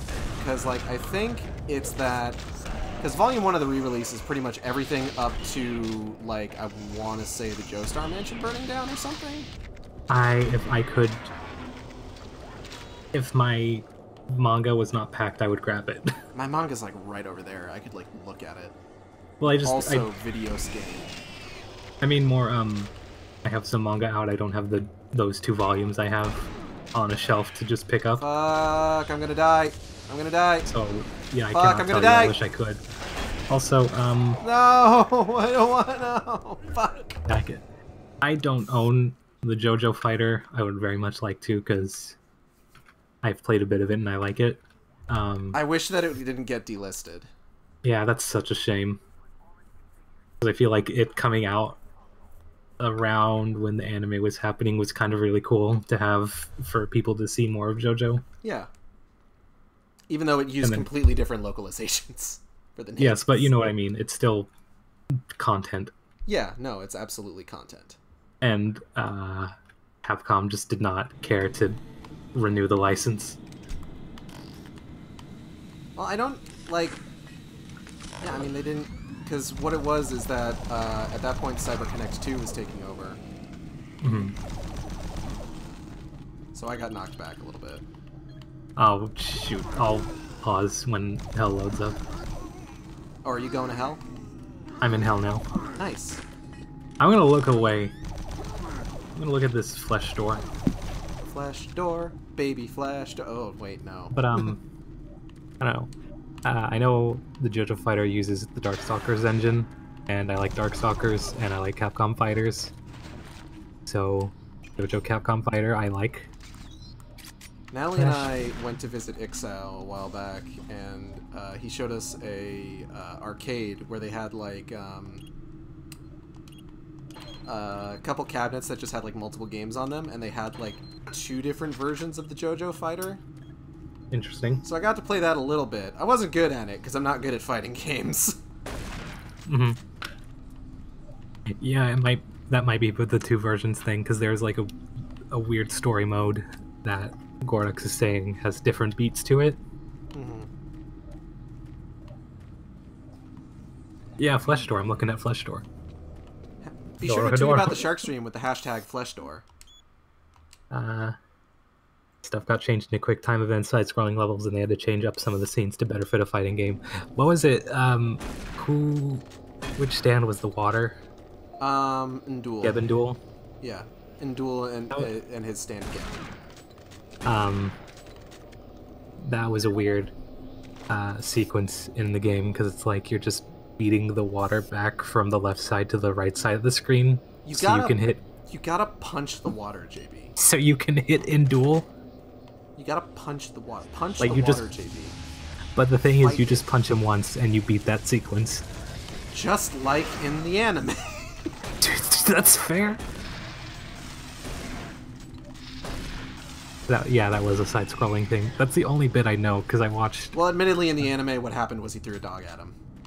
Was what? He threw a dog at him. Mm-hmm. Well, I only know that bit because I watched a review of the fighter and never really watched the whole story mode, I guess. Ow. I thought what they did was Miller was weird, but at the very least, she got a cool redesign from Araki. I am sad that they never used Midler's redesign in anything else. Yeah, it's a good design. It's upsetting. Like, they had an opportunity to... That's one of those things that fucks me up about the anime, because the anime got, like, plenty of opportunities to, like, rectify certain things or do new things with stuff. Like, showing them taking the photograph that he looks at in Part 5. Mm-hmm. But then, like, they do the stuff with Midler, and, like, I get not showing her, like, prior to when she is intended to be shown, but, like, they could have at least used the game design. Like, that was a cool design. I don't even remember what the photo was in the anime.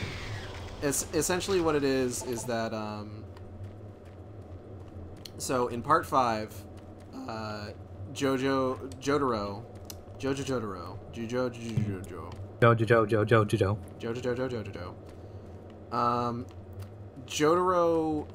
is sending Koichi off to check on Giorno because he heard that, you know, Dio fucked, had Babby 4 times. Yeah. And he's sending Koichi off to check on one Babby. So Koichi go the good Babby. Check on Babby.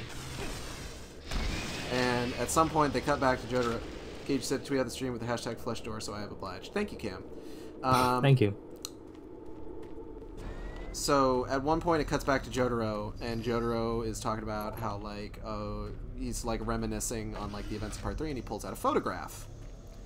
And the photograph shows him and the rest of the Stardust Crusaders. And the event of them taking that photograph is not present in part 3 as it was originally released.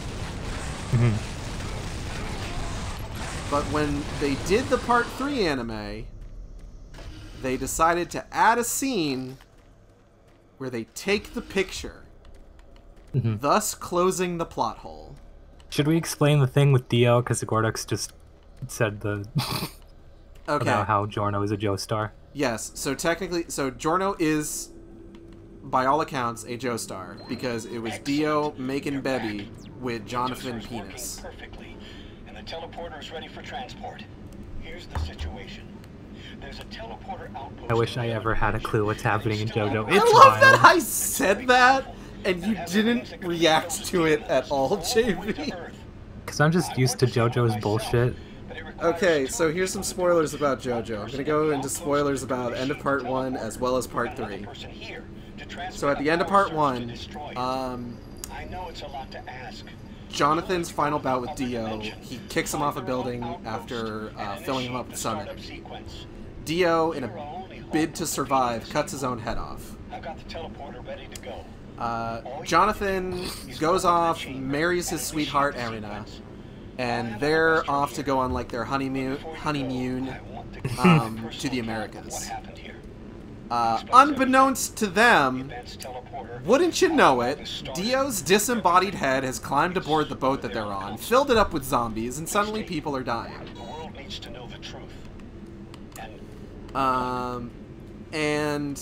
Dio is just like, hey Jonathan, guess what? I'm gonna steal your body and use it to live on because I have like a profound respect for you, and this is the only way that I can express that.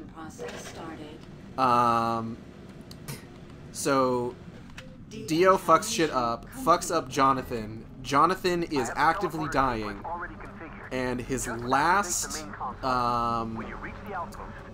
action, rather than like try to get to safety, is to embrace Dio's severed head as they both go down with the ship. You are right, they are vampire thralls. Systems activated. Yeah, the thing is, the mask makes vampires, and the transfusion of vampire blood into another person can also make a vampire. That's why Vanilla Ice is a vampire as opposed to a zombie. But when they do the suck, then corpses are reanimated as zombies, which consume human flesh. I do love Cam's statement. You ever just cut your own head off in a desperate bid to survive? Yeah. Hold on, I want to see what Cam's about to like call my bullshit on. I really No, Vanilla Ice. There's a character named Vanilla Ice.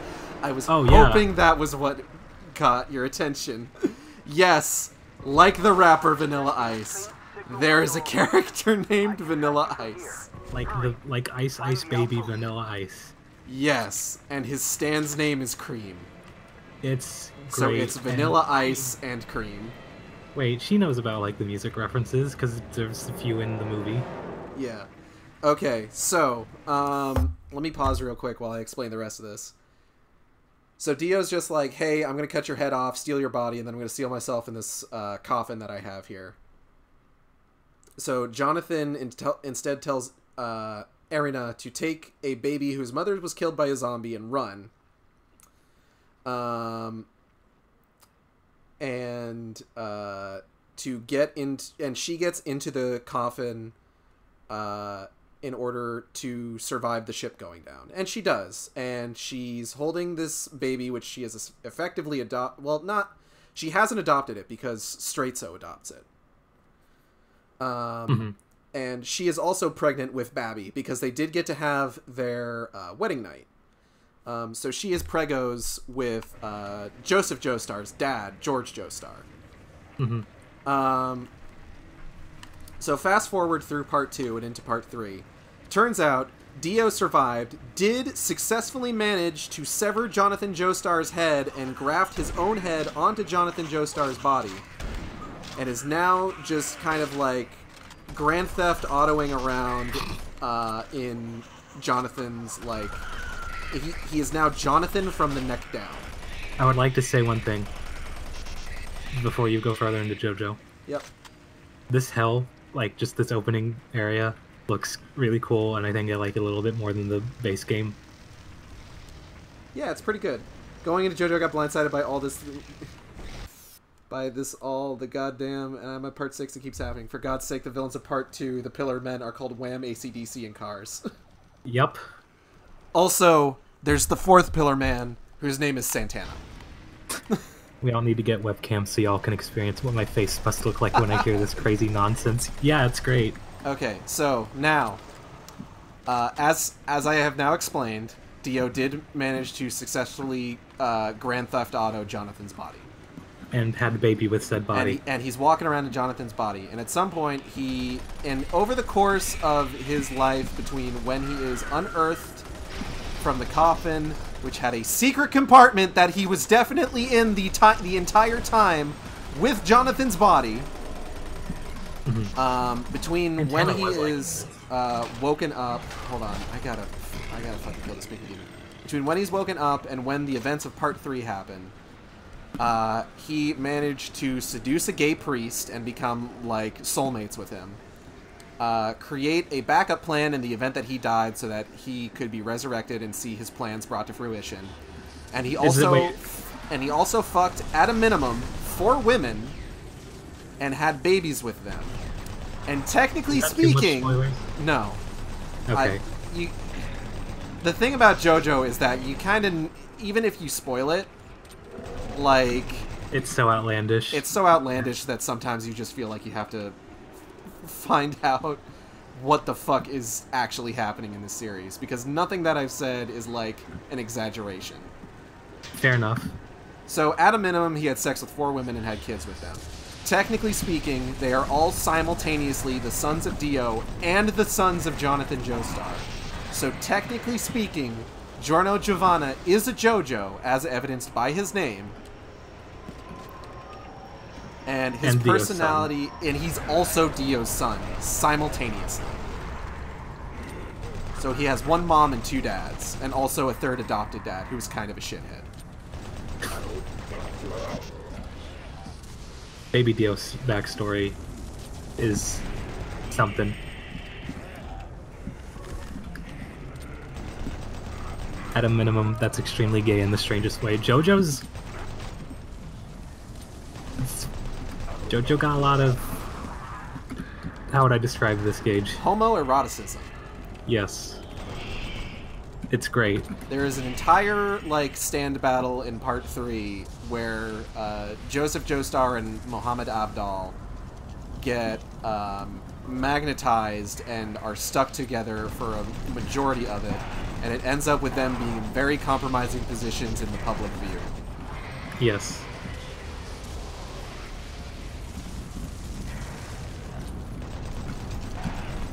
I'm gonna have fun with some grenades, because I don't really use them much. There's also just kind of like a sizable, like, LGBT fan base of JoJo that constantly ships, like, the characters together. Mm-hmm. Like, what, like, just some of the like, notable ones are like Josuke and Okuyasu, who are almost certainly in love. It's cute. I like that one. Oh, really giving me the Nintendo DS brain age treatment here. You gotta train your brain for minutes a day by listening to me talk about the to weird listening bullshit to us in talk about JoJo. JoJo. What's up It's here? it's an exercise in sanity, and I love that. I want to train my body, not my brain. Oh yeah, the brothers Oingo and Boingo. Boingo Boingo Brothers. I love them. Localized in the anime as Zenyatta and Mondata. Which is also an... Isn't that police? That is... Yeah, that is a reference to the band The Police. So that is still like a musical reference. But that's... For some reason, that one is okay to make. I don't know how people feel about it, honestly. No, I mean, like, legally. Yeah. I don't know how it works. They were able to use Oingo and Boingo in the manga, so who fucking knows, honestly. In the old printing, you mean? No, in the new one. Oh. Like, huh. I have the new manga, and they are definitely called Oingo and Boingo. The chef and his stand Pearl Jam. I fell. Oh yeah, Tonio Tersardi. I forgot that was Pearl Jam. Localized as Pole Jam. I guess because I was more focused on that chapter being, I'm gonna fix that spaghetti. I'm gonna fix that spaghetti and reduce it to its original ingredients. It's so fucking funny. It's so fucking weird. That's like my favorite fucking storyline. That's my favorite panel. Well, actually, no. I should say... I mean, it's a good panel. It's a good panel. I just mean, like, for funnies. Because there's panels I really like of just poses and action sequences. And boy, does JoJo have poses. Oh, there's so many poses. This is a JoJo stream in disguise as a Doom stream. I mean, we've been talking about like all sorts of stuff. I know, but return to my planks. We got really fixated on JoJo. We did for a bit. Y'all motherfuckers, I swear to God. We like JoJo. It's true.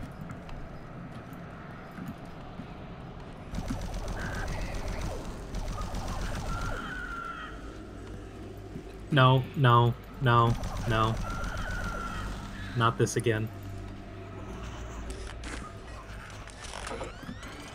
I dealt with spider people once. I'm not dealing with this again. I just realized this is what the babies are.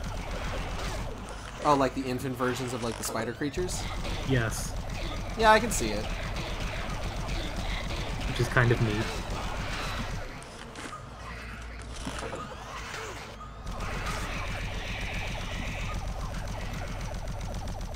Okay. Wait, is he... Ares replace his wife with assistant if he isn't? What do you mean? I'm not following what Gordux is meaning. Rocky, shit, I need names. What? Wife, get the jar filled with Western celebrities' names, albums, and song from the 70s today. I got an arc I need to write. Oh. Oh. I don't actually know. Is Araki married? I don't know. That's a good question. Given that he is an immortal being, I'm sure he has had several spouses over the years. I love that we collectively agree of two people that are definitely immortal.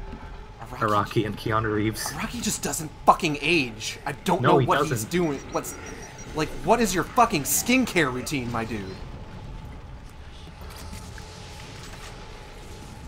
I am surprised they did not throw two mancubuses at me. He is evidently married. At the same time, I mean, not they just threw a second one, but I meant like there was one on the left, and then one on the right.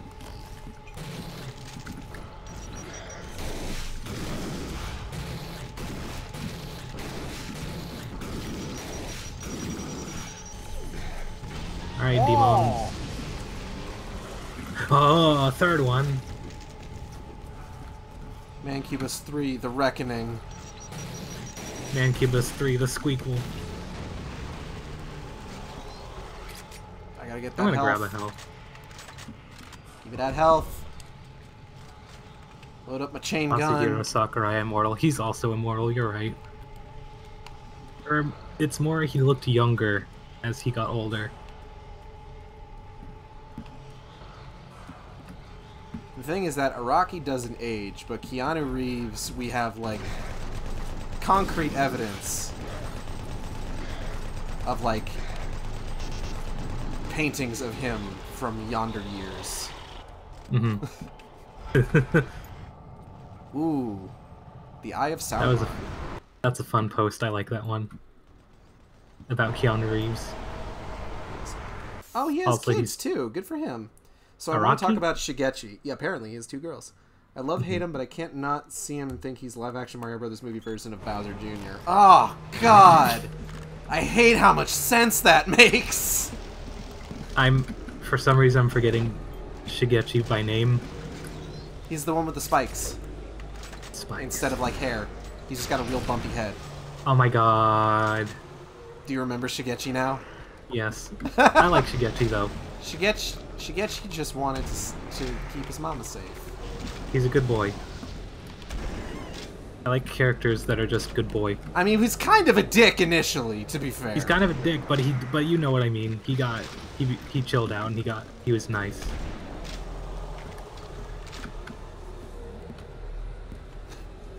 He was kind of a jackass 12-year-old. So a 12-year-old. Yeah.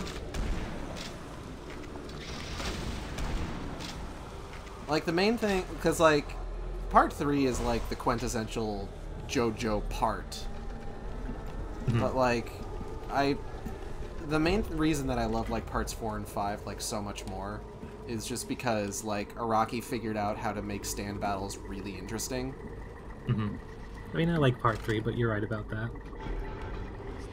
Yeah, but, like, you think about, like, some of the stand battles from part 3 that were, like, the most interesting ones. Like, I would say, like, 100% my favorite stand battle is literally all of part 3 is Daniel J. Dark. Yeah. Just because it is such, like a puzzle. It's like a puzzle boss. Mm-hmm. And then that's literally all they were in parts 4 and 5. Yeah, it was great. Where it's like you have to find out what their weakness is. You have to like, find out how to circumvent the crazy fucking bullshit they're throwing at you. But I liked that one, like in the movie where we watched with Cam, the guy who has like a water stand. Yeah. And it's like, you know, confine him in a rubber glove or other things. Yeah, like them having to, like, how they had to, like, avoid sources of water, and, like, the exact kind of sources of water that he could control got, like, more elaborate and stuff like that. Mm-hmm. They wild in that movie how Jotaro was played by, like, a 45-year-old man. I mean, it kind of makes sense if you consider the fact that Jotaro, like, genuinely looks like he reverses in age through parts 3 to 6. Mm-hmm. Like, if you go look... Just because of Araki's, like, art evolution, if you go look at, like, Jotaro in part 3, and then you look at Jotaro in part 6, he looks like he's, like, 20 years old in part 6, and he should be much older than that. He looks closer to how he should as a high school student.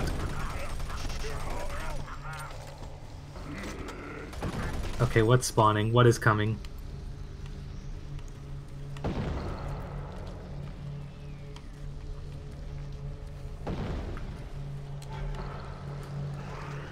Oh god, I gotta reload this. Like, one of my favorite things to think about with regards to JoJo is just, like, you look at, like, the later parts of just, like, hey, remember when this was a story about fighting vampires? Mm-hmm. It's like when you look at, like, later Fast and the Furious movies, and it's just like, hey, remember when this all started because fucking Vin Diesel was stealing DVDs? What? The first Fast and the Furious movie is all about, the main character in that is, God, what was that actor's name? The one that died tragically. Doug Walker? Rob Walker? Did you say Doug Walker? I did say Doug Walker, because I was... Is it Paul Walker? It's Paul Walker. So, like, he's like an undercover cop, right? And they're investigating like a string of like highway heists, right? And all of these highway heists are being carried out by Vin Diesel's character and his crew, right? Yeah.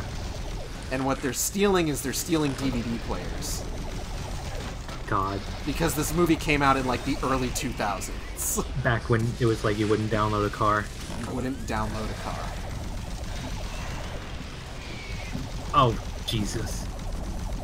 And I just think that's really fucking funny.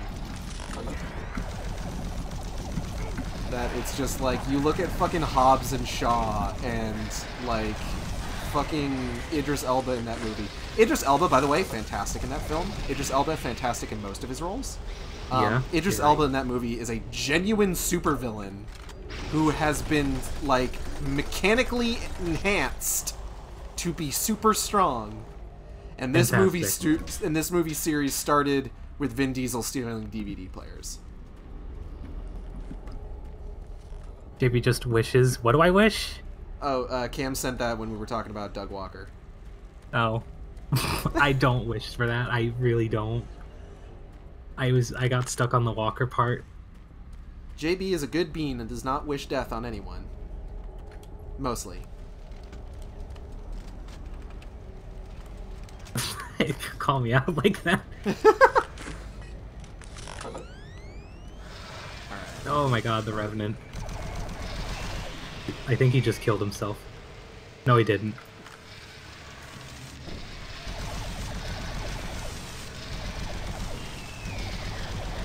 I really like the Fast and Furious movies. They're genuinely good films.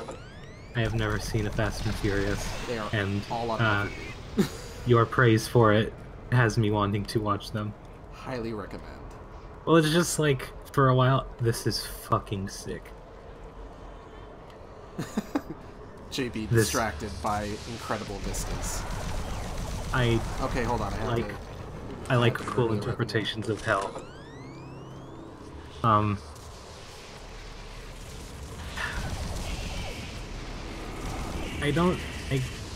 guess what about Fast and Furious was it always just felt like, oh, they're just race movies, like race car movies, and I had no idea what they were, but they kept pumping them out, so I'm like, I don't know, and then you say you tell me they're really good, and I'm like, okay. Yeah, here's the thing. Interested. They stopped being about racing in the third movie. The third movie is really the only the final one that's about racing. And what even is the other movies about? I guess cars. They're all just still like vehicular. They're all like kind of like heist movies, honestly. Mm-hmm. It's interesting. Damn, calling me out.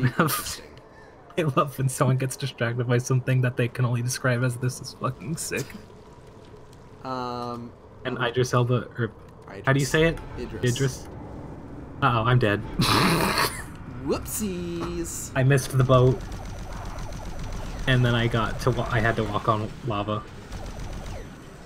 Well, there's your problem. You can't walk on lava. Idris Elba hot. It's true.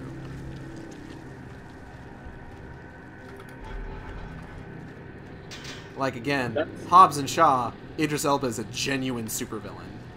It's funny to me that keeping a certain distance, this Hell Knight is not going to do anything.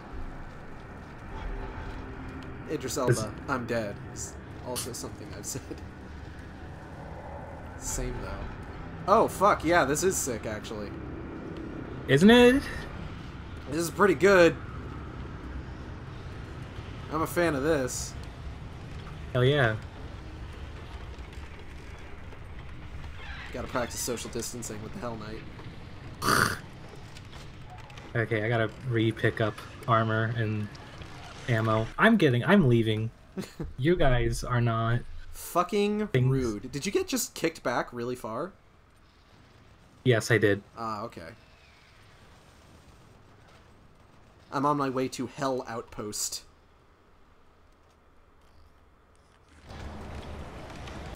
Let me go ahead and save because I don't trust. Whoa, Revenant. There. And I'm gonna pause for a bit until you hit the boat. Let's go ahead and pop over to JB's stream real quick. Oh god, I actually no. I'm gonna go ahead and like keep it on like my stream specifically so that we still have the chat. Okay, true. Good idea. Oh god, Gage. Oh god. It's cool that revenants are just dying into rockets. I know I'm on easy, but it feels good. Okay, I'm at the boat. Okay, well I took the boat ride. So all right. Hopst on Do I there. fight on the boat? No. Okay, cool. This is great. This is very cool. It's neat.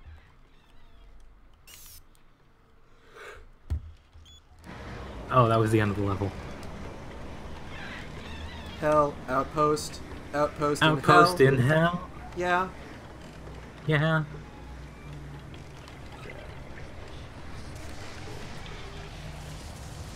You guys hear about that new Star Fox inspired shooter on Steam, X Zodiac? I have not heard about this. No, this is news to me. Would like to know more. Are there furries in it? If there's furries? It's not truly Star Fox inspired unless there's furries. If there's furries, that's... Furries? Furries? That's a bonus. But if it's still a good game and there's not furries... Furries and furries or we riot. That's the official stance of the Shark Stream. You know what? True. I'll stand by that. Listen, I was told yes by the creator. Okay, good. Thank goodness. I'm glad. Who's saying this? Gordux? Okay. Yeah. It's like Star Fox SNES, but it's fluid and smooth as Star Fox and 64 and Assault. Ooh. That's fucking... That's some buttery shit to think about. That's a weird combination. Okay, so actually, one thing I wanted to talk about real quick while we were on the topic of Fast and Furious, actually, was I like how you corrected yourself after you had said that it was a race movie. Mm-hmm. The major racing event in the first film is called Race Wars. I just wanted to let you know that. Okay, because you understand I heard why that. I fixed my statement. I heard that when I was watching the movie. I'm just like, why would you name it Race Wars? Well, my brain was like, oh, you said race movie, you should fix that. And then I'm like, racing movie, and then my brain's like, you did it. And now you tell me this, and my brain's just going, what in the hell is with this franchise? Fast and Furious 1 Race Wars exist. Wooly Versus would like to know your location. Oh god, I'm laughing about this so hard I'm getting lightheaded. It's also very warm in here. I don't know if like the air conditioning is still on or not. Yeah, I've got my fan going because I'm just, oh, it's hot as hell. But also, I live by the coast. It's usually hot. It's like that part in the Dragon Ball Super English dub when Goku is attacked by Trunks, but Trunks yells at everyone that Goku isn't black. Don't shoot! That isn't black. He isn't black. It's just like, wow! Okay! You guys couldn't have... I brought it up with Cam once. You guys couldn't have localized that maybe just a little bit better? I think it's also the line in the original, like, Japanese translation. No, it absolutely is. I thought it was. Oh. Oh god. Oh god. It almost certainly is, because, like, the use of, like, white and black to denote, like, good and evil is a very common thing in Japan. Yeah. Which, this is actually something that came up, so me and Natalie are keeping up with the, new, Fruits Basket anime. Fruits Basket Brotherhood, essentially. Okay, you had me going, because I'm watching Full Metal Alchemist Brotherhood, and I'm like, there's another one with that subtitle? No, but it's effectively the same concept. Okay. But, like, stop shooting, he isn't black. Oh yeah, that's what the line is, I forgot. Well, I thought it was Hold Your Fire. It's not even Goku Kuro or anything like that. In Japanese, it's just Goku Black. So there's a character in Fruits Basket. Probably one of my favorite characters. He is the... I don't trust this. He is the zodiac sign for the bull. Mm-hmm. But he's like... He's actually like a Holstein cattle, so like one of like sort of the kind of like classic like black and white cows. Yeah. So he has this gimmick where he'll shift between like a nice version of himself and an incredibly aggro version of himself. Mm-hmm. And I'm trying to remember, what's that fucking character's name?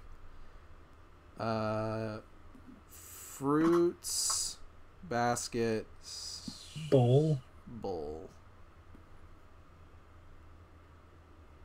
Hatsuharu Soma. So his nickname is Haru. I was trying to remember if it was Haru, but I'm like, no, that's the bunny from Beastars. Sorry. That's right. But no, it's Haru. So in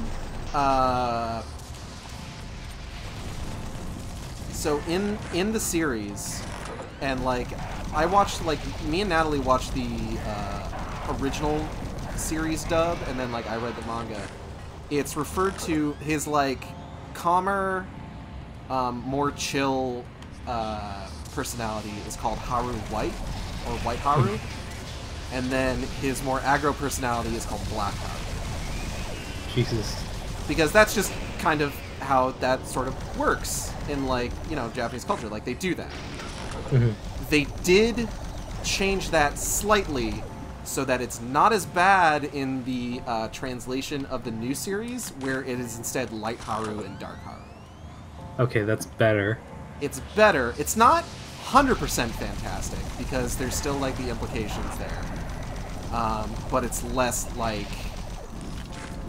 Direct, yeah. If only Dragon Ball Super could have done that. Mm-hmm. This is why it's important to be mindful of, you know, your implications when you're localizing shit, or when you're writing literally anything.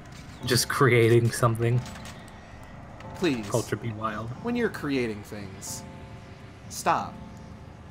Get some help. This is from two people who create things.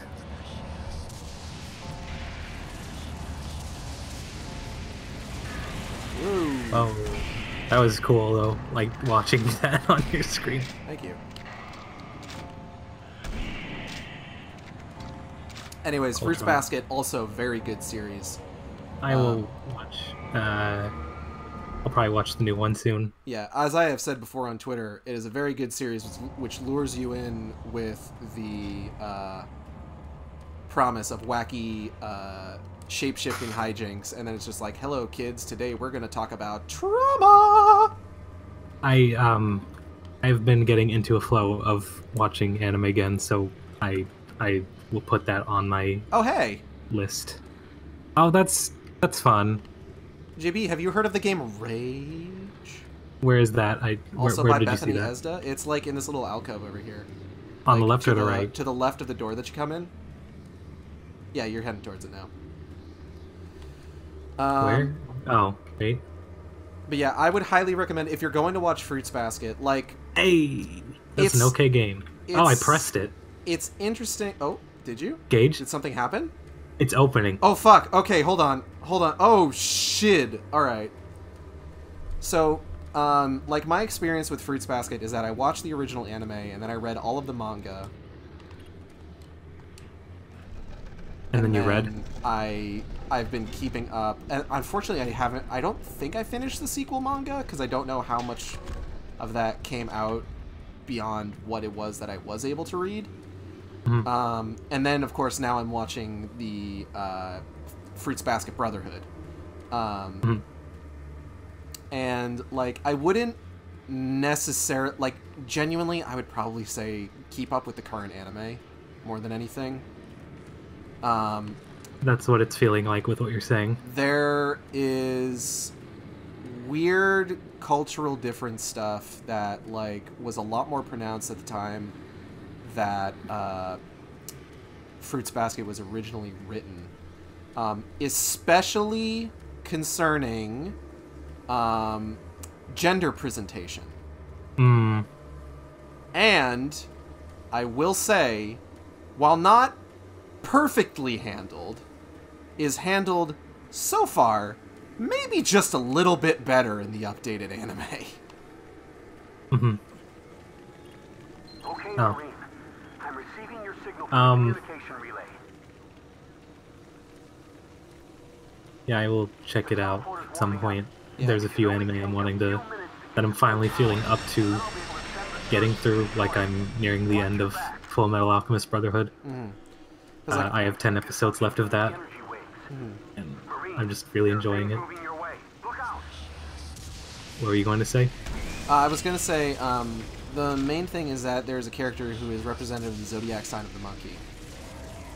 Yeah. Who, within the context of the show, or at the very like, I forget exactly how they are depicted in the new anime because it's been a while since I watched the episode, but I can talk pretty definitively on the what's the word I'm looking for? The like original anime and the manga is a cross-dresser. Mhm. And part of their character is that they are constantly like worried and apologizing about stuff.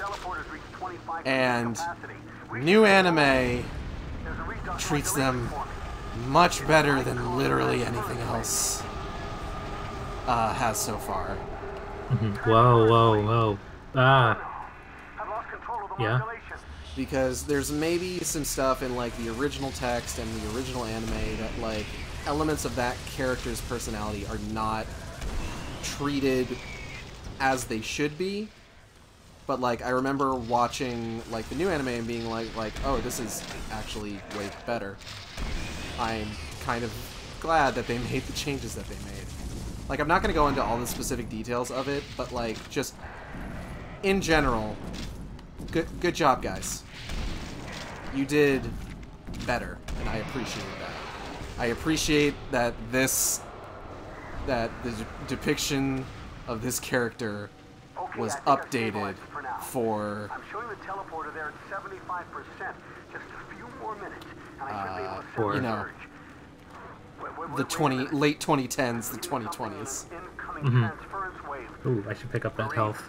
Something big is headed your way. Something big is heading my way. Yep, that's big. Yeah, that's pretty big. Oh god, is this going to work exactly like the last time we fought this thing? Air cross-dresser in context relating to anime or manga. My brain slides out of my head and I just leave usually. Which is fair. And if you were watching the original anime or reading the manga, I would not necessarily blame you. Like I said, though, it's handled much better in the new series, for sure. Oh no! Oh god, where's the health that I saw before? Did I already pick it up? I forget.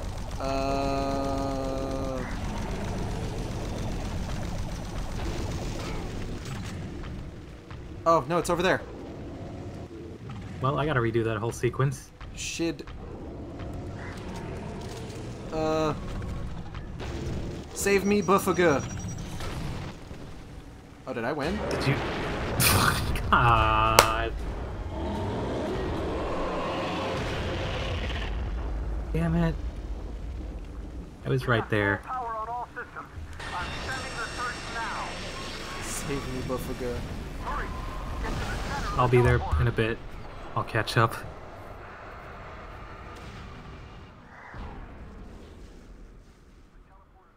That was the end? It looks like that's the end, yeah. Damn it. I died in a stupid way too, god. Yeah, if you need health, there is some up next to, like, the BFG cells. Yeah, right there. Nice work. I was being scared running from the boss and walked off. Which happens. Shark and stream until it is done. I mean, it's just about done. We just need to wait for JB to finish off the final boss here for the Lost Mission. Which, I'm glad that this was on here and it wasn't particularly long, because I would have felt really bad about leaving this at a half-hour stream. What's the shortest you've done? Because I know you've had things like this, but not half an hour for the ending. I'm trying to remember how long the final episode of hold on. Let me go ahead and pull up my YouTube real quick. Okay. Wow, I'm liking just going up to their faces with the shotgun more than the machine gun. It's actually pretty nice, yeah.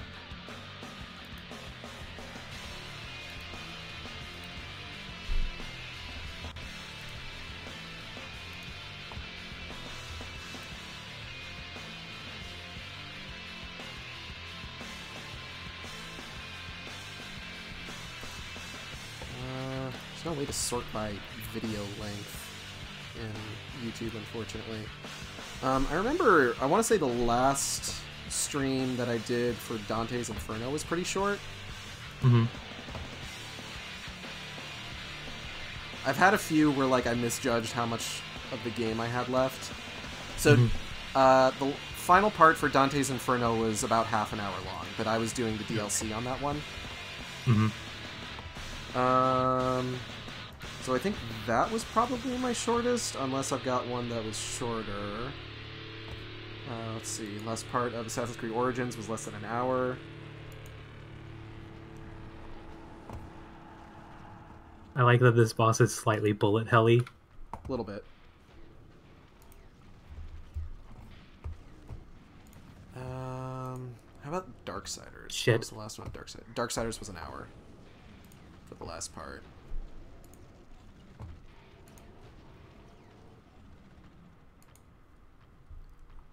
Oh, this thing keeps up. It keeps pace. Oh yeah, 100%. That's why I was kind of using the BFG was risky, because if you're too close, it will kill you as well. Yeah. Oh god, this is scary.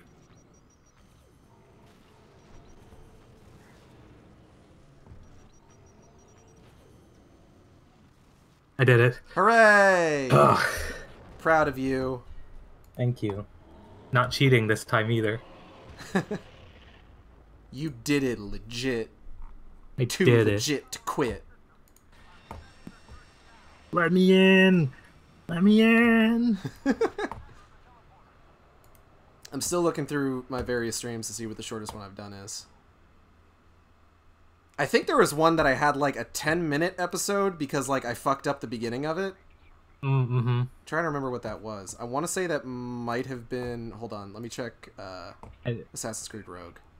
Mine didn't have a 10-minute interval, but the stream before last of Nier Automata, I had to split in two because the stream disconnected and I forgot to record it, and I just didn't want to have to render a 3-hour video. Fair enough. Okay, so the first episode of Assassin's Creed Rogue was 26 minutes long.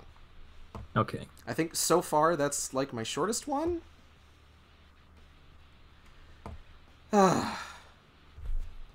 Okay. So that's Doom 3.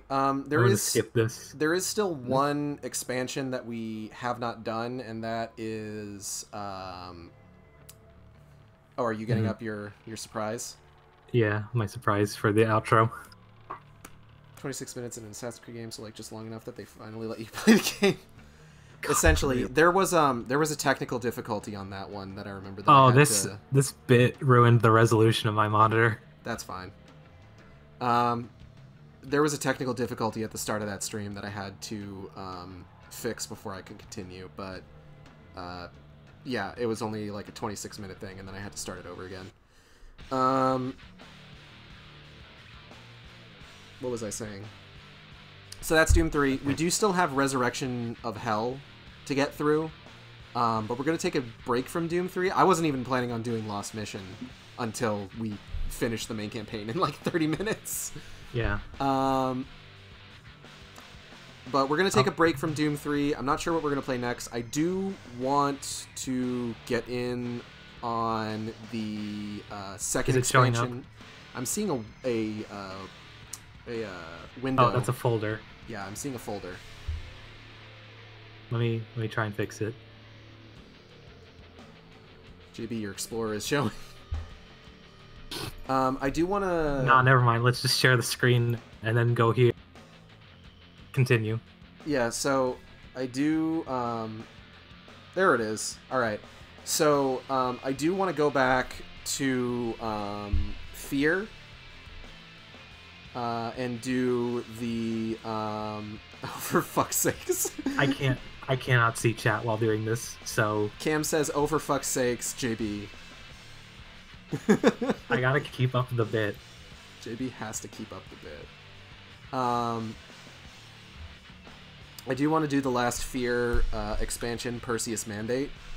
But I am also intending for us to eventually do the Sinking City once I finish playing Call of Cthulhu Dark Corners of the Earth. I'm excited for that. Which is another game that me and JB are going to co-commentate for because we're just the best detectives around. As evidenced by our playthrough of L.A. Noire. Listen, that was still a good run. That was a very good run, and eventually I am going to need to get the VR case files so that we can do that as well. Even though it's just missions we've already played, but in VR. But I want to do it. It'll be fun. I may have the opportunity to, coming up soon. Nice. So keep an eye out for that for sure. As long as I can retrieve the PlayStation camera from behind my entertainment center.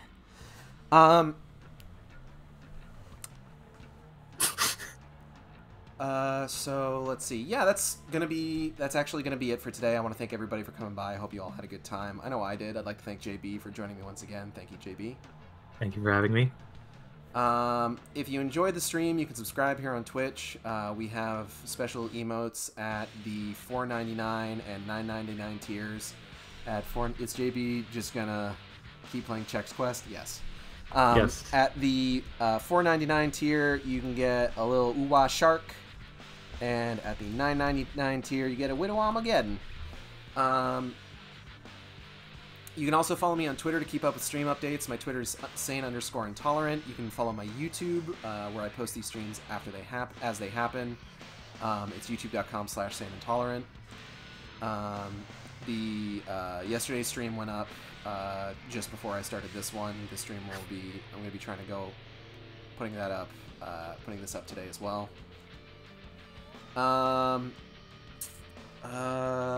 What else? You can also donate in the link just below the stream. And I completely lost my train of thought. You can donate in the link below the stream. That helps out me, Natalie, and our two lovely cats, Ragnarok and Calamity. Natalie and I, because tomorrow is Natalie's day off, we're probably going to be doing a stream of Morrowind in the afternoon. So keep an eye out for that. JB, where can people find you? You can find me on Twitch, Twitter, and YouTube. I almost said Discord. I mean, you can be found. Jester. You can be found on Discord, but we're not going to give that out. Yeah. So those are all Gemstone Jester. I have an art account on Twitter called GemJesterArt. I also should look into maybe other outlets for art, but keep an eye on all that. I like doing streaming and art. Mm-hmm. And I like playing dumb games like Thank you. I like playing dumb games like Chex Quest. And not so dumb games like Nier Automata. Yeah, I've been doing streams of that. They've been going really well. I love it so much. Mm-hmm. Mm-hmm. But yeah. What else? I think that's just about everything. Oh. Art for the stream, Acid Shark, deeply upsetting games like Nier Automata. Art for the stream, the spooked Acid Shark is done by my friend, JCat. You can find his work on Twitter at DandyMathwin. That's DandyMathuin. Ghost Opal, or Gopal, is done by my lovely fiance Natalie, whose work you can find on Twitter and who you can just kind of generally follow for any other reasons on Twitter. At Ghostinaps. It's GHOSTIENAPS. And yeah, that's gonna be it. I want to thank everybody for coming by. I hope you all had a good one. Take care. Take care.